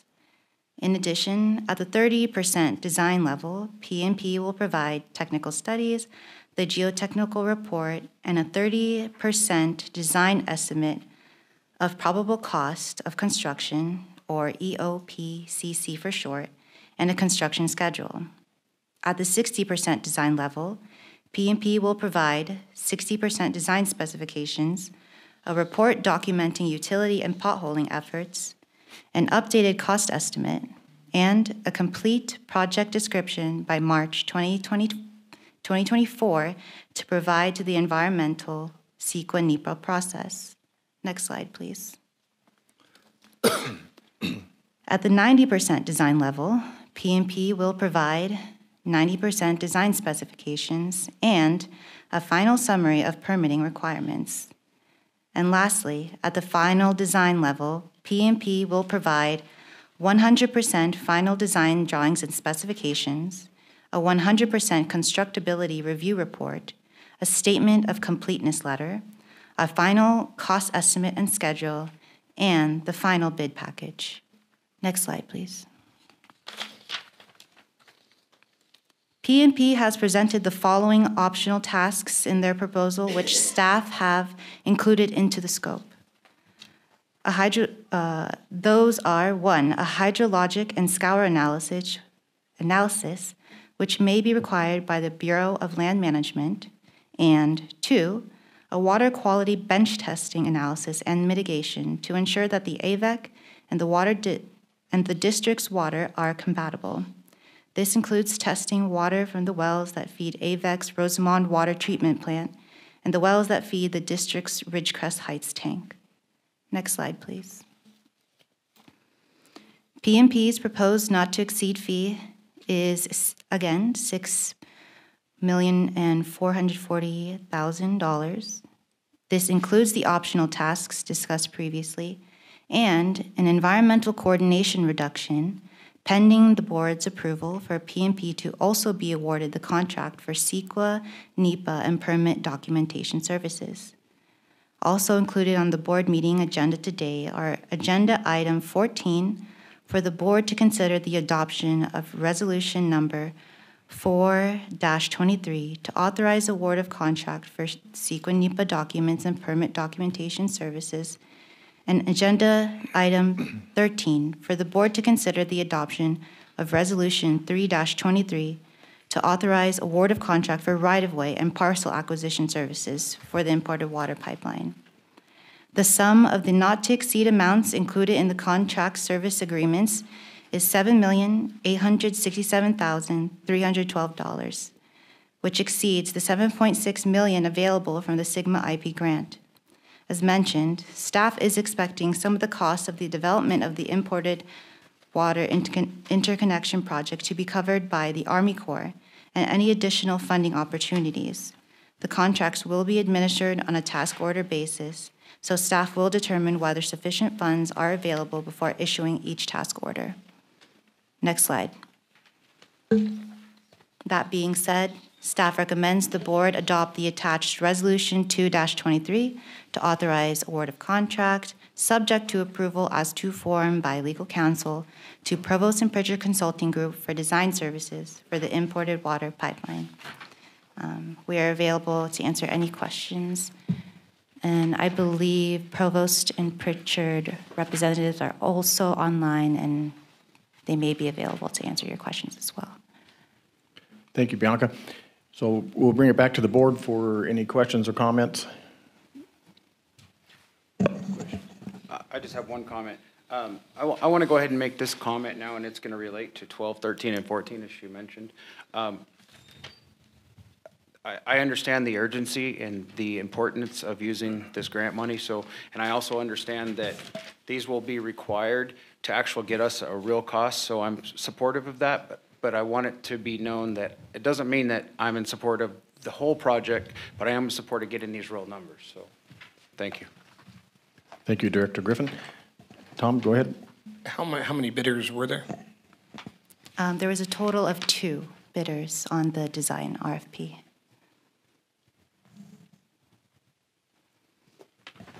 And is it safe to say that this is the less expensive of the bidders? They did have a lower cost, yes.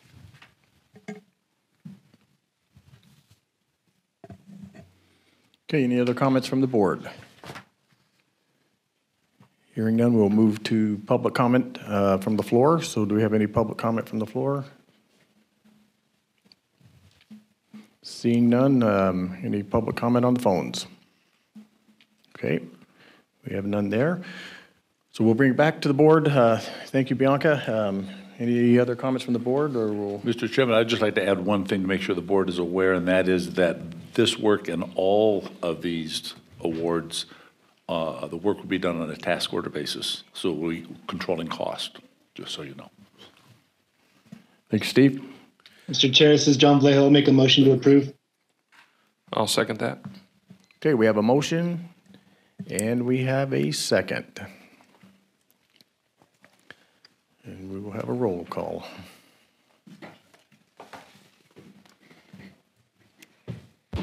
Chairman Hayman. Aye. Vice Chair Peters. Aye. Director Itnire. Aye. Director Griffin. Aye. Director Vallejo. Aye. Motion carries. Okay, moving on to item number 13, Resolution 03-23 to authorize award of contract to Overland Pacific and Cutler LLC for right-of-way and parcel acquisition services for the imported water pipeline. This will be presented by, again, Bianca and Jeff. Yep. All right, thank you. We can move on to the next slide. All right. So the following slides on the background of this project were presented in the previous presentation for board item 12. So I will be summarizing the information, but please feel free to ask me any questions if you need a refresher. So as discussed in item 12, the authority was awarded $7.6 million from the Sigma IP grant, which will be used on the authority's imported water interconnection project for design, environmental compliance, right-of-way acquisition, and other permitting and coordination with partnering agencies. Next slide, please. As mentioned at the December 14 previous slide, please. Thank you. Okay. As mentioned at the December 14 board meeting, the board adopted resolution number 11-22, which one, approved the central alignment as recommended by the alignment study for further environmental right-of-way and design review, and number two, authorized the general manager to issue RFPs for right-of-way acquisition services, environmental and permitting services, and conveyance system design services for the imported water interconnection project. Next slide, please.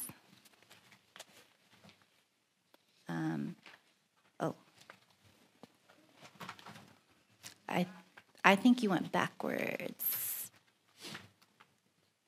One more, perfect. Okay. After advertisement of the RFPs on December 19 and staff provided responses to respondents' initial questions by January 16, 2023, the review committee reviewed all proposals and discussed them on January 30th. Next slide, please. Staff received 3 proposals. These proposals were from Epic Land Solutions, Monument, and Overland Pacific and Cutler LLC, also known as OPC. The review committee agreed that the proposal that best addressed the RFP was submitted by OPC. OPC's proposed budget is $413,590, and they anticipate to complete their work by April 2025. Next slide, please. The right-of-way and parcel acquisition services include appraisals, negotiation of terms and fees, tracking of parcel and acquisition efforts, coordination with the engineering design team, and title and escrow services and right-of-way acquisition, evaluating the need for and preparing all necessary technical studies and surveys, which includes franchise agreements, appraisal reports, transfers, and rights of entry. Next slide, please. OPC's scope of work includes 4 tasks and deliverables for each task. Task 1 is project management. This generally includes public meetings and coordination meetings between the authority staff and the environmental and design consultants. Next slide, please. Task 2 is to identify needed rights-of-way. This generally includes reviewing the plans prepared by the design consultant to identify all needed rights-of-way and identifying the owners of those rights-of-way. Next slide, please. And as a correction, this slide, go back, yeah. As a correction, it says slide 2, but it says task 2 at the top, but it should say task 3. So task 3 is to prepare a right-of-way acquisition plan. This generally includes drafting a plan with the schedule and costs to execute obtaining the needed rights-of-way. Next slide, please. And lastly, task 4 is the acquisition services, where OPC will prepare all required research, documents, and coordination to initiate acquisition and close out to all right-of-way work. Next slide, please. OPC's proposed not-to-exceed fee is, again, $413,590. Next slide, please. And that being said, staff recommends the board adopt the attached resolution 03, that should say 03, not 04, -23 to authorize award of contract to Overland Pacific and Cutler LLC for right-of-way and parcel acquisition services for the imported water pipeline. I am open to any questions. Thank you, Bianca. We'll bring back to the board for any comments or questions.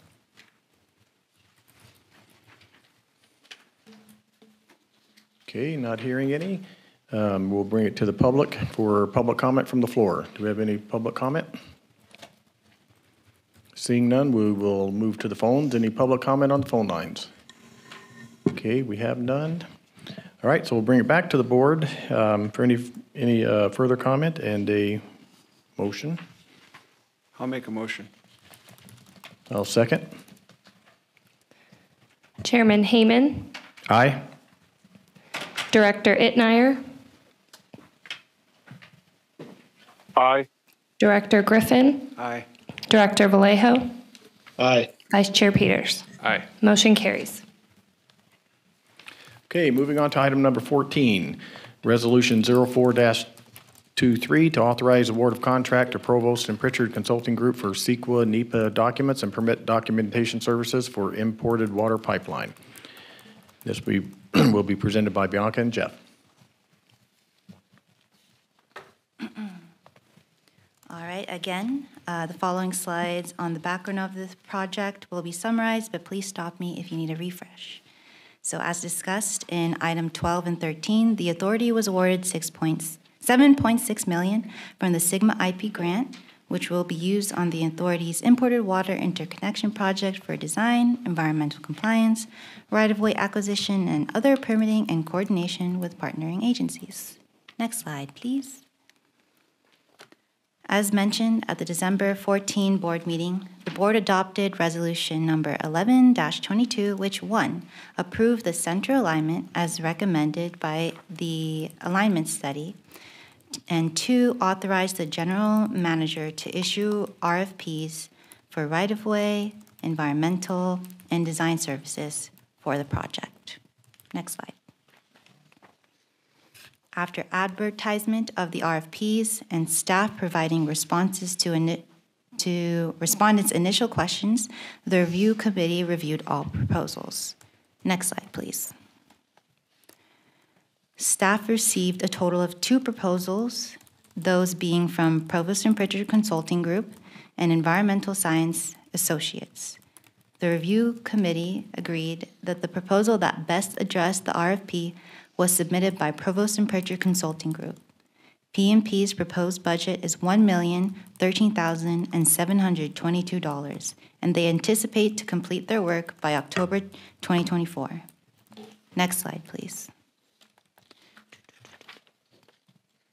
The CEQA NEPA and permitting services include preparing CEQA NEPA documentation, evaluating the need for and preparing all necessary technical studies and surveys, conducting environmental review and investigations, identifying permitting requirements, and fieldwork.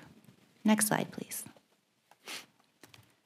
P&P's scope of work includes 6 tasks and deliverables for each task. Task 1 and 2 consist of initial coordination for general project management and coordination with the design consultant for geotechnical investigations.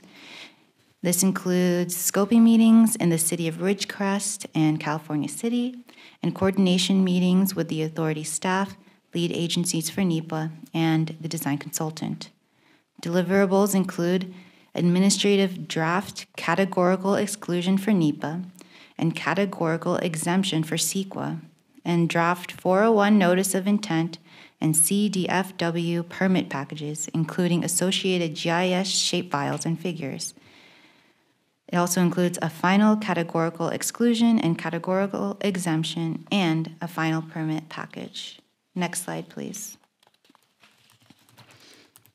Task 3 consists of technical studies, including biological resources technical studies, cultural and tribal resources, air quality and greenhouse gas impact assessment, air quality general conformity analysis, energy use impact assessment, noise and ground-borne vibration impact assessment, and aquatic resource delineations. Next slide, please. Task 4 includes public outreach, such as coordination and presentation at public meetings. Task 5 includes regulatory compliance permitting, where they will provide a permit package addressing Clean Water Act permits, lake or stream bed alteration agreements, and Bureau of Land Management special use permits. Lastly, Task 6 includes CEQA NEPA, where they will provide administrative draft environmental impact reports, environmental assessments, notice of preparation and notice of availability, draft and final focused environmental impact reports and environmental assessments, and notice of intent, notice of completion, and notice of determination. Next slide. PMP's proposed not to exceed fee, again, is $1,013,722. This includes a design coordination reduction, pending the board's approval for PMP to also be awarded the contract for design services. Next slide, please. That being said, staff recommends the board adopt the attached resolution number 4-23 to authorize award of contract to Provost and Pritchard Consulting Group for CEQA, NEPA, and permit documentation for the imported water pipeline. Thank you. Thank you, Bianca. We'll bring back to the board for any questions or comments. I do have questions about the CEQA NEPA process. The way it's proposed, do you believe the contractor is proposing to have a joint CEQA NEPA document? I believe that's correct. One moment.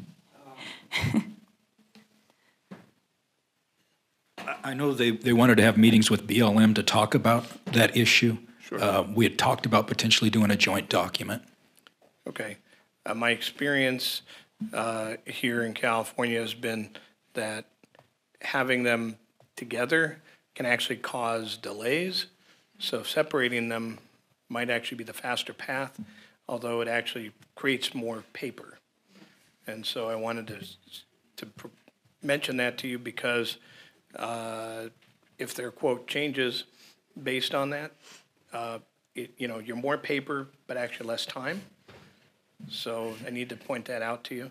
And also, there is a specific, window for certain surveys, which we're about to begin. So, if you get the contract out the door and they can start working on the surveys, it's going to save you a year. Yep, Director, they pointed, I was generally aware of that. They pointed out the specifics to us and are geared up to do just that. Yeah, the botanic and also some of the animal surveys, spring is the best time to do them typically.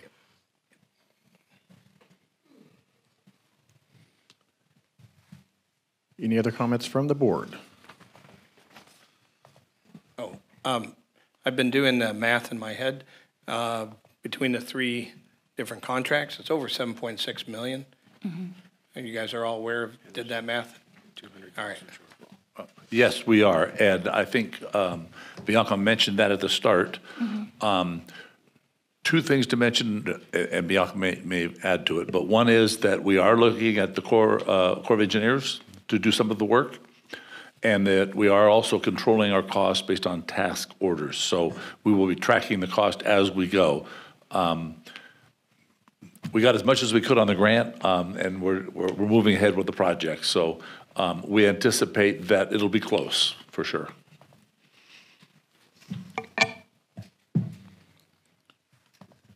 Okay, we'll move to the public comment. Any public comment from the floor?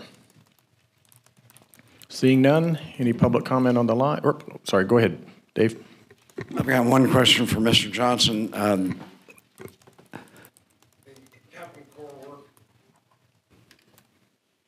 See if it's going to work for me. With the Army Corps of Engineers, and you explained that some of that extra million and some of the funding that they have could be used to supplant or account for some of the overage that Tom pointed out. Does the way the contract is written allow that to happen and not pay Provost and Pritchard for that? Or we'll have both, yes. Yeah.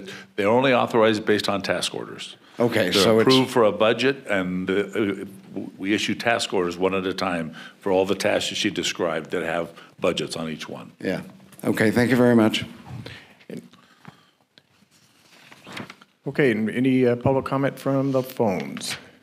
Seeing none, we'll bring it back to the board for any other comments. I did have a question on the Army Corps of Engineers work. I'd asked previously, and that's kind of what I was alluding to with their completion dates. Would that fall within the timeframes and completion dates of the Provost and Pritchard's timeframe, and still qualifies for using or having that buffer with money spent toward the Army Corps and covering the excess? Yes. Yeah, we are, this grant has a time constraint, and we did very well with Provost and Pritchard to get through the preliminary alignment extremely well. We actually had money left over because they went so fast they couldn't spend it all, which was good. We have applied the remaining budget that we have left for additional work that reduces cost of other things. And we are looking right now with Capital Corps on an extension, possible extension, which may not be easy. It may take legislation to get an extension on the time extension for that grant funds. But our goal right now is to get things done by the end of the allowed time to use that money. That's our goal. From all parties, including From all parties and Army all Corps. contract, all consultants know that. Okay. The work with, through the Army Corps of Engineers wouldn't be subject to the grant constraints. Could I make another point? I noticed that the design contractor and the NEPA contractor are the same company, which from my perspective at BLM is advantageous because as we go through the NEPA process, sometimes we find if there were design tweaks that it would actually make it easier to approve. And so that feedback loop being within the same company, I personally think will be good. We actually agree. And if you notice, there was a price reduction on both proposals if they were awarded both contracts. And a lot of that is just what you talk about, is coordinating between two consultants when you have an issue is a lot easier if it's done in-house. So that's the reason why they reduced their cost a bit. And Director, we actually got some of that benefit during the alignment study that Provost and Pritchard did because they had both their design people and their environmental, and they were going back and forth and made some tweaks on that. They've already obviously got a head start. They know things they want to look at some more and look at potentially tweaking it some more so we can avoid some of those issues and minimize them. Right. It looks like the NEPA document that's proposed is an environmental assessment, which if there are minimal effects to critical habitat, Spangler OHV area, which is withdrawn from new realty actions, is avoided. That's all seems to be in line, even though the length of it is very long. I did notice that going through Cal City, it's Norelia Road is basically mostly private property. So that takes out maybe 15 or 20 miles of that 48 miles.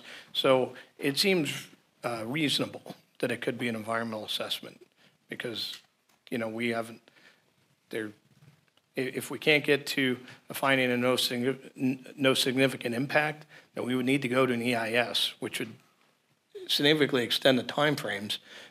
So, you know, mitigations and such, if we can apply them to the EA, would allow you to stay within this time frame that you want. Thank you. Okay. We'll bring it back to the board for a motion. Motion to approve. I'll second. Chairman Hayman, Aye. Vice Chair Peters, Aye. Director Itnire, Aye. Director Griffin, Aye. Director Vallejo. Aye. Motion carries. Okay, moving on to item number 15, Water Resources Manager Report. This will be Steve Johnson. Thank you. Just got that light to come on barely. There, it's on. Okay, sure. In an effort to streamline these meetings, as you're aware from the last meeting, we have provided a bullet point Water Resource Manager report as part of the agenda package. So you can review that at your leisure. Just quick run through to do this as quick as possible. Under our grant funds, we've got applications or invoices out for about 100,000 under the Prop 1, and under Prop 68, about another 30,000 that are out right now. Good news is we're wrapping the whole thing up, and our retention invoice, along with the final report information for both grants, are due by February 28th. So just in a few weeks, those grants will be wrapped up. Under the round one that we talked about today, we've got an invoice out for a little over 100,000, so we're waiting on that. We have applications for additional grant funds under the implementation round two. We've applied for almost $9 million, and under the Urban Community Drought Relief Program, which Heather worked on a lot, we've got about $10.6 million grant request out. So those are underway. Recycle water project, the, oops, I'm sorry, I hit that thing. The final tech memo from the Recycle Water Technical Group is done and draft and in review. That will be released in the next few weeks.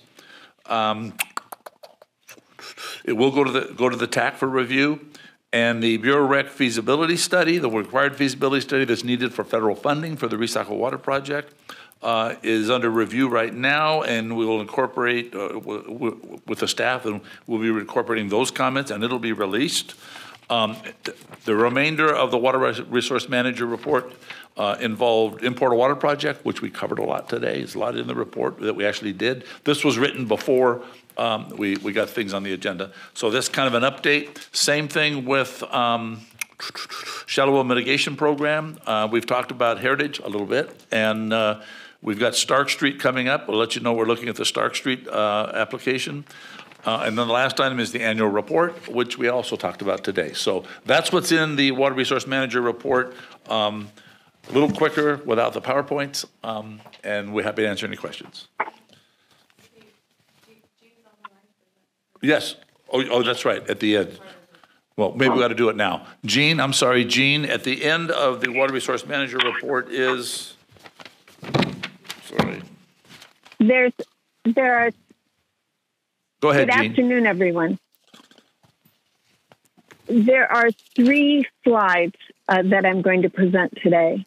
The first one is data collection and monitoring. I'll wait for the slide to come up. Yeah, just give us a moment, Jean. Yep.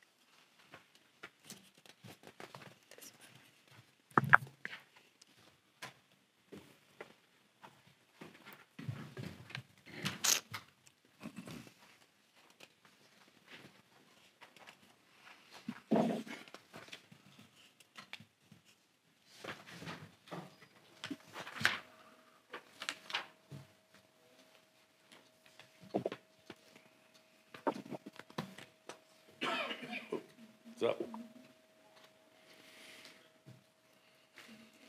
I think it's up, Jean. Okay. Thank you. So first of all, good afternoon, everyone. I know it's been a long meeting, so I'll move through these 3 slides rather quickly.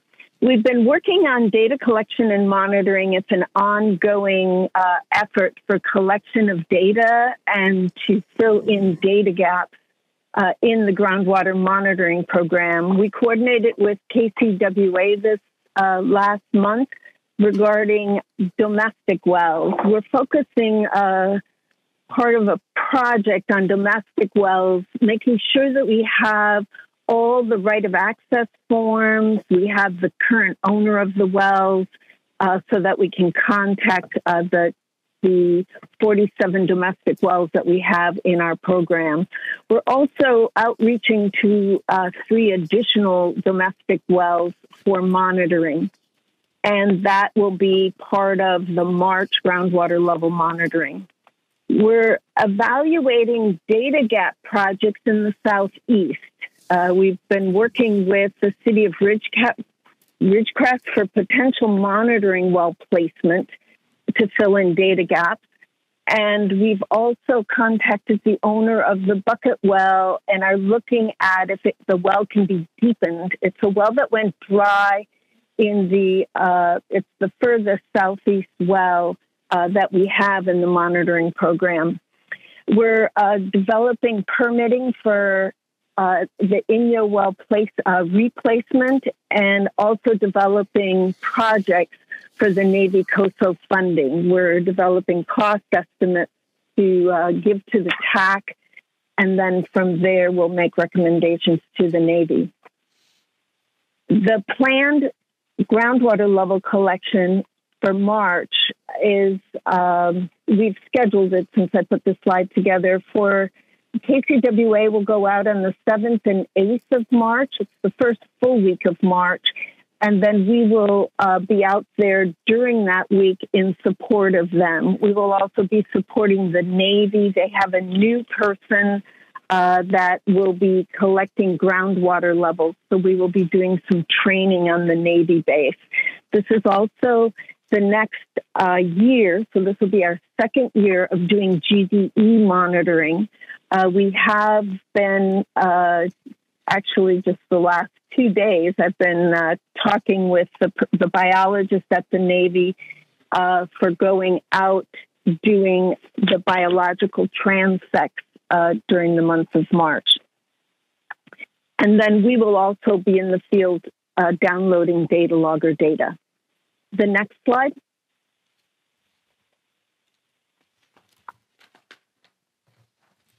The configuration management plan has been draft since early last year.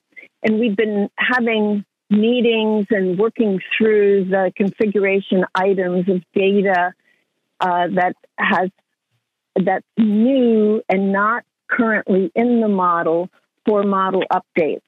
On January 19th, we had a Teams meeting. We brought Dr. Ryan Smith in for reviewing the AEM data. What's on the right are the SkyTem lines that were flown in, well, it was in, I think it was 2017 or 2019. It was somewhere in there. Anyway, those he's been reviewing that data. And then we had a Teams meeting with the technical modeling group to discuss how we were going to approach this AEM data, how we're going to evaluate it, which parts, what kind of confidence we would have on each of the different pieces of data and descriptions of the subsurface, and then what we were going to be adding in for the model updates with it. We will also be having a meeting on the 9th, tomorrow, continuing this discussion. We plan on having a few more discussions on this data through February and into March.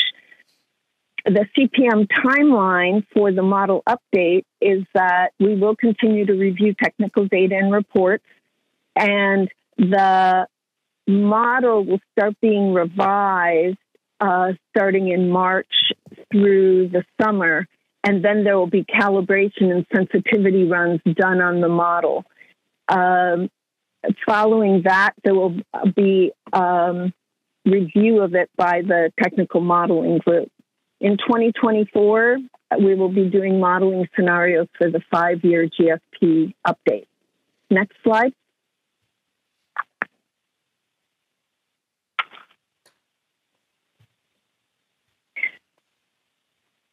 The Rose Valley, the subflow from Rose Valley to Indian Wells Valley, we now have a signed lease agreement from the California State Lands Commission to look at the former sawmill wells.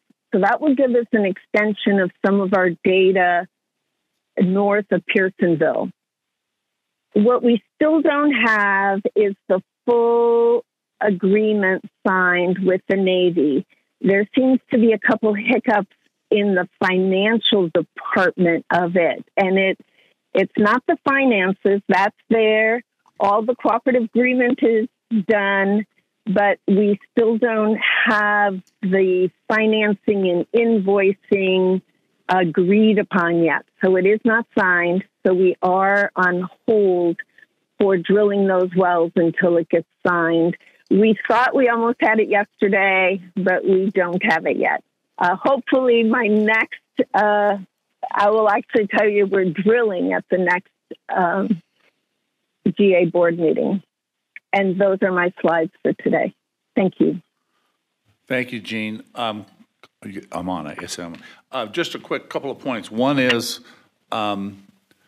this agreement she's working on, we've been working on for some time with the Navy, and the Navy's been very, very helpful. We're both going through probably growing pains. This is the first agreement, funding agreement that's been developed to be executed related to Navy coastal type projects. So this is the first one.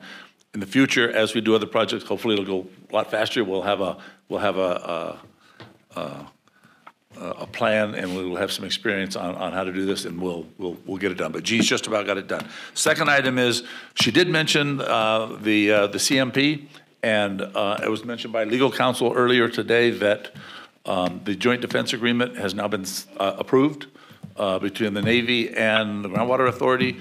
So full access to the model. So as we go through the CMP, the authority, along with your water resource manager, Stetson, will be running the model. We will have access, full access to, and have control to be able to run the model along with DRI. So that was it. I think we can open and answer any questions.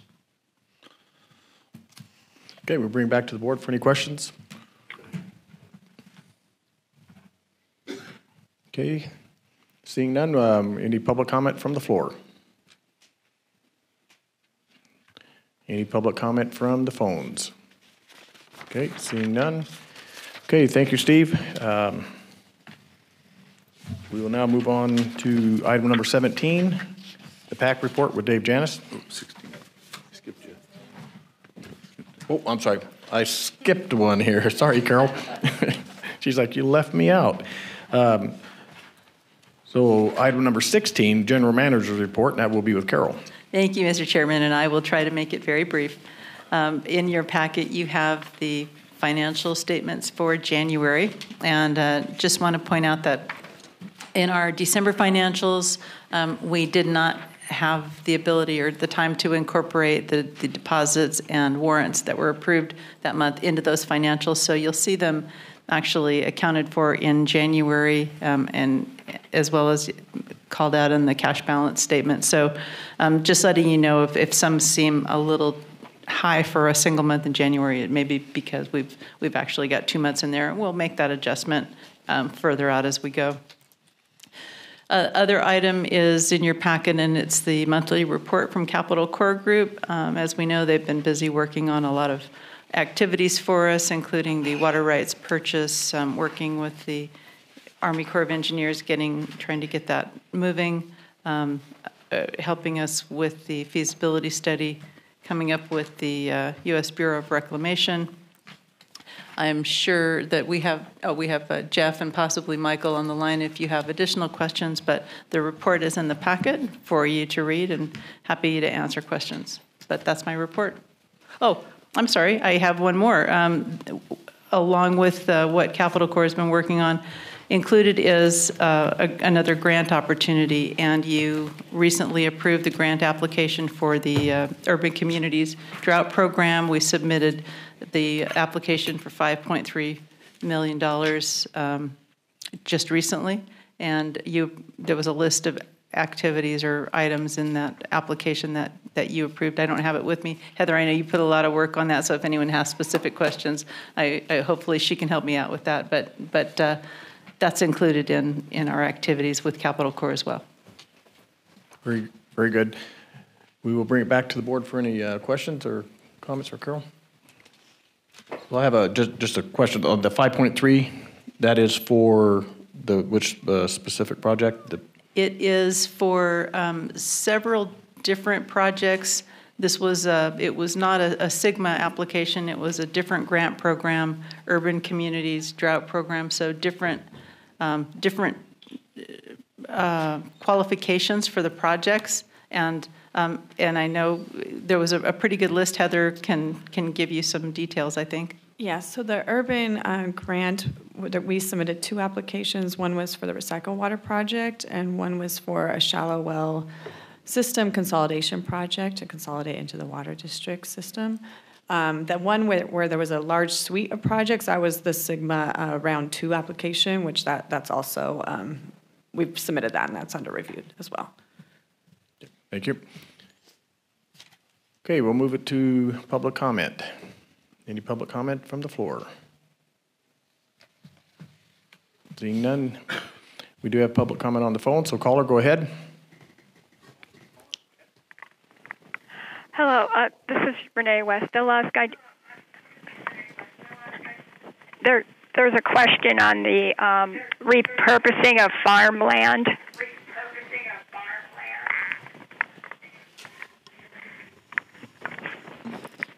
Go ahead, Renee.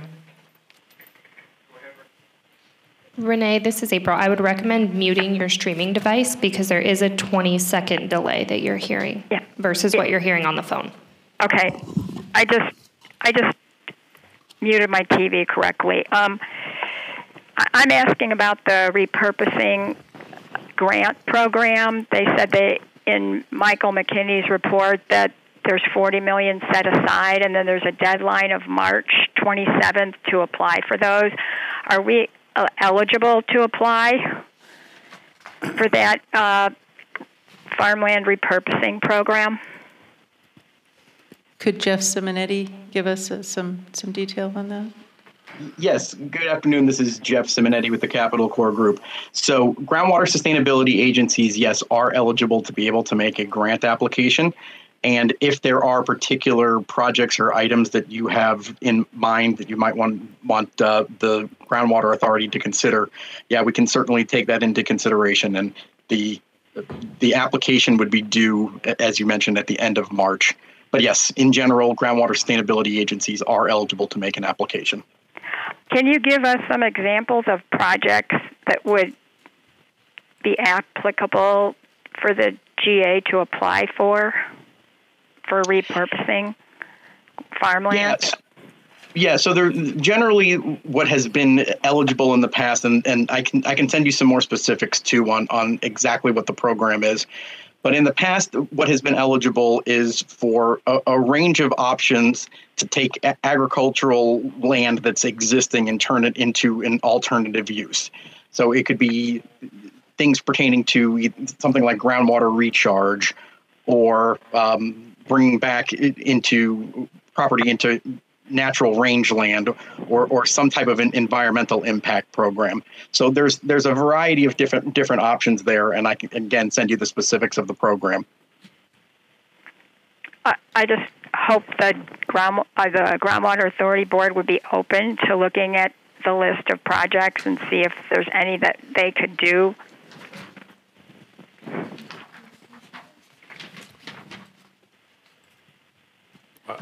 This is Steve. Renee, I can tell you that the board has given us direction to follow up on this with Capital Corps. So we are staying on top of it with Capital Corps, anything that comes along for that.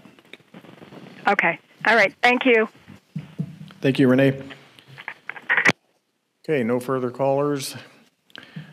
Next, we'll move on to item number 17, the PAC report with Dave Janis. Good afternoon. We had two tasks at this month's meeting.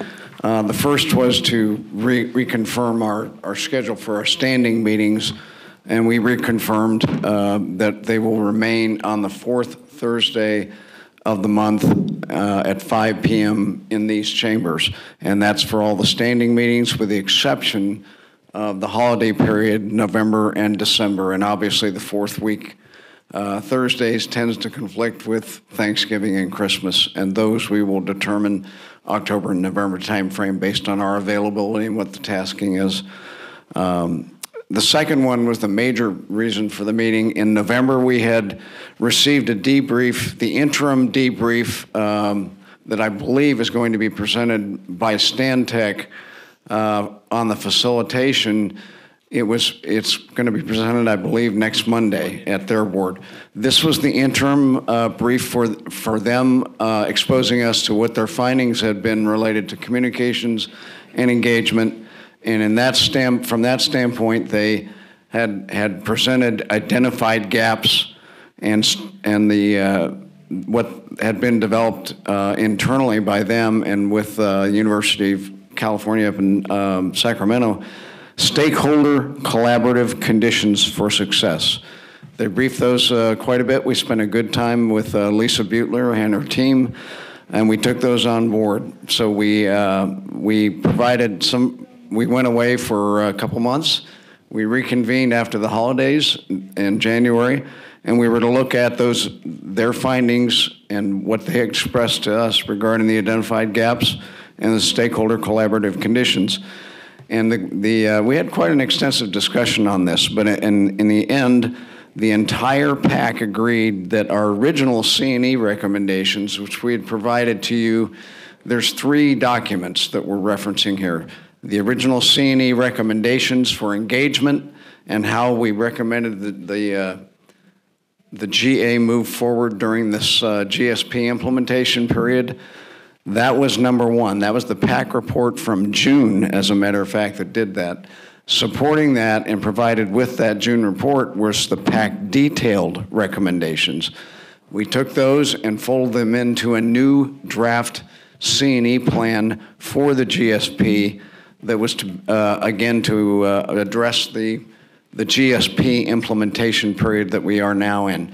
In comparing those two, the entire PAC agreed there was nothing substantive that had risen to the level to make a change to anything we had written. We believed they encompassed almost all the recommendations, any serious issues, and there was perhaps a little more additional areas around the edges that we had amplified both in our presentations and the words in the detailed presentation. The exception to that, when we came to vote, was we voted to change our recommendation with regards to the C&E director.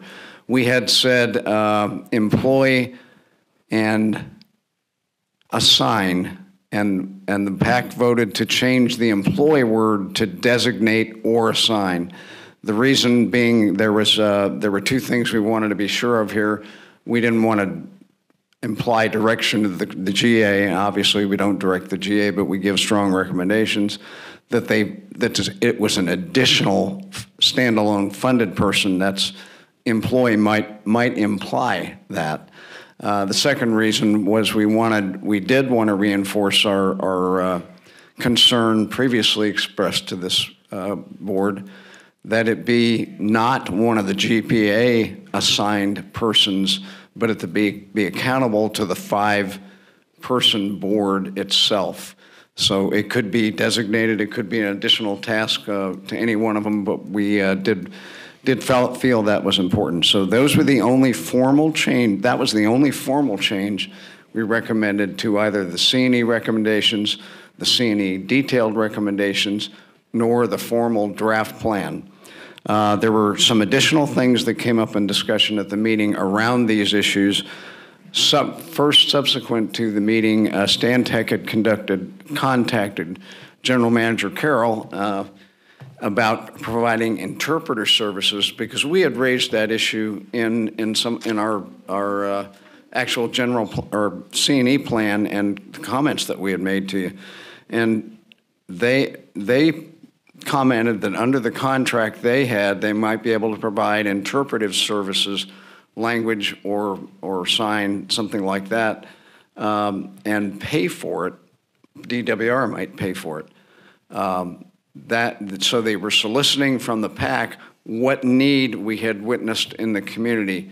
Had we seen a need for this or a demand for it, either one? And the PAC unanimously stated they had not, but they've thought, knowing what we know about the demographics in the community, there might be value in doing things like the fact sheets and the critical first page alternative for the website, something like that in a Spanish translation. And in our original recommendations, we had talked about going to stakeholder areas where the people are, and having meetings, not just in this room, could be targeted meetings, and perhaps in some of the disadvantaged communities, maybe Trona, maybe Anycurn, a Spanish-speaking interpreter might be welcome. Carol, do you want to comment on that and the feedback? It was made clear that the only contract they had through DWR was the one that was ending with the water district for the facilitation itself.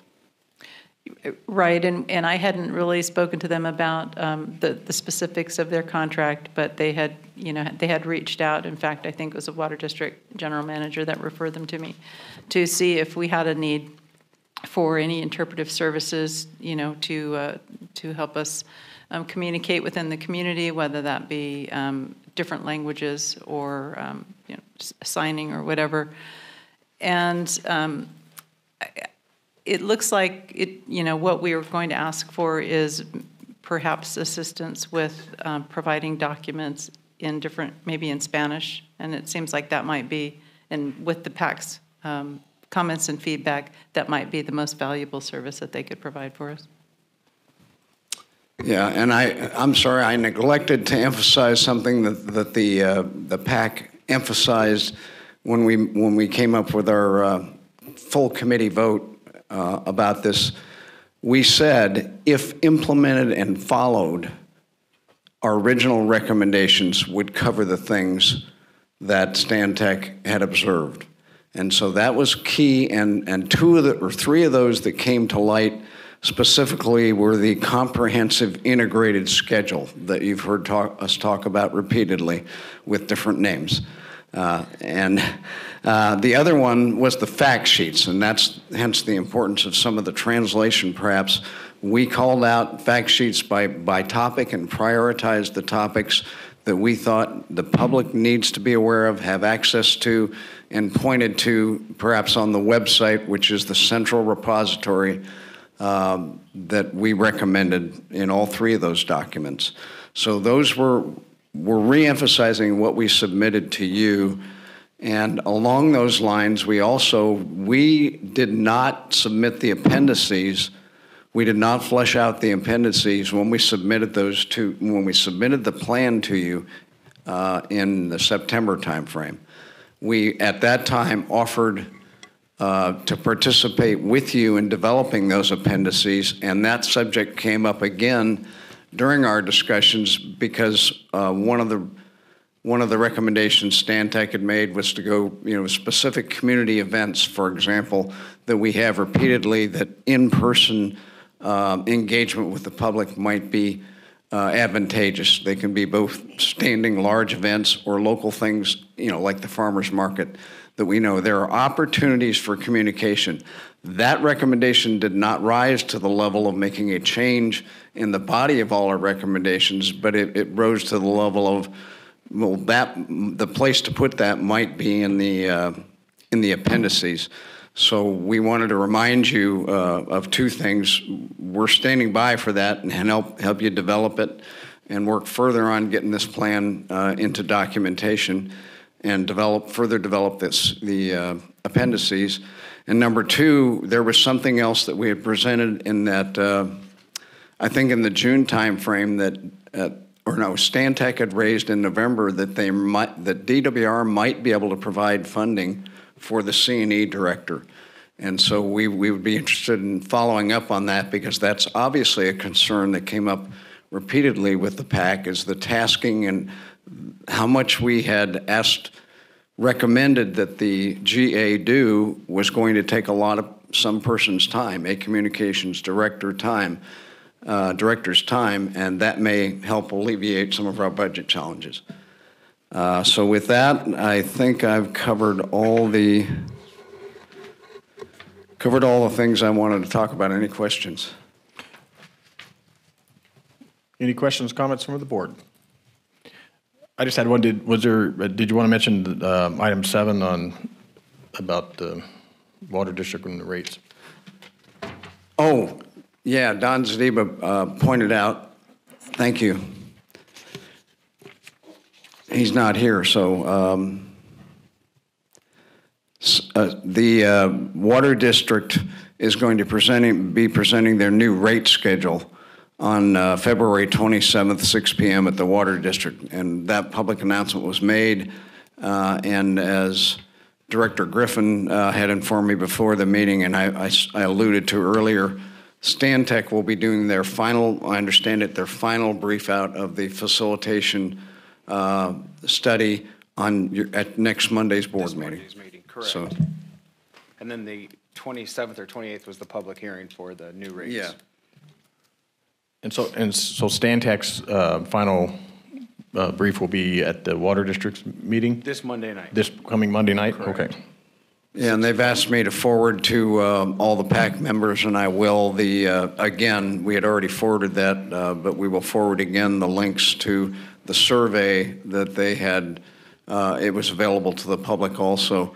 If there are any PAC members that want a last bite at the apple, you'll see that in your inbox this afternoon.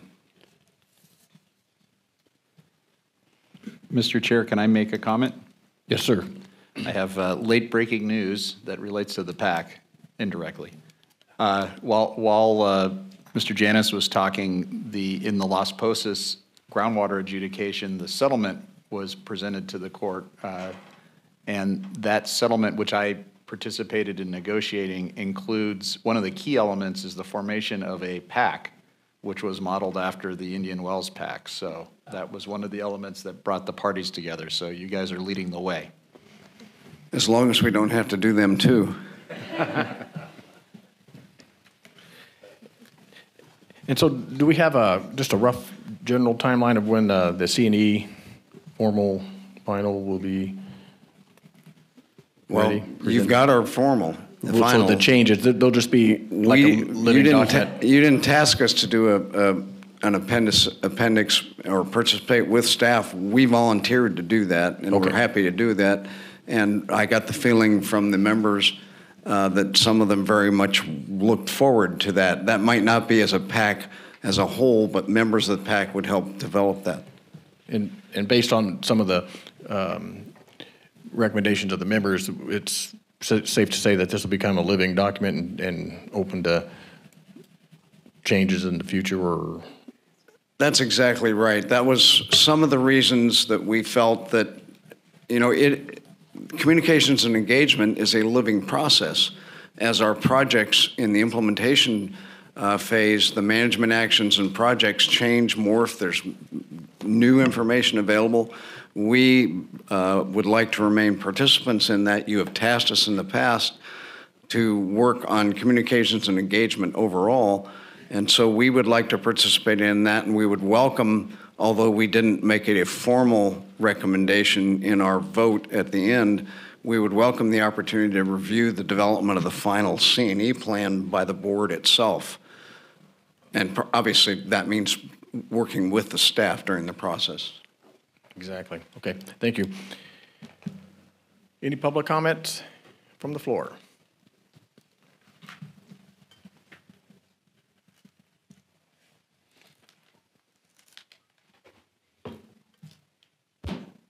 Yes, Judy Decker. I am the Resource Conservation District's representative on PAC and have worked actively during all of my time on PAC. I have also participated and attended, I believe, all of your groundwater meetings. And I think, unfortunately, today, in the discussion of the shallow well mitigation issue that was presented by staff and others, you have a huge public trust issue that you need to solve.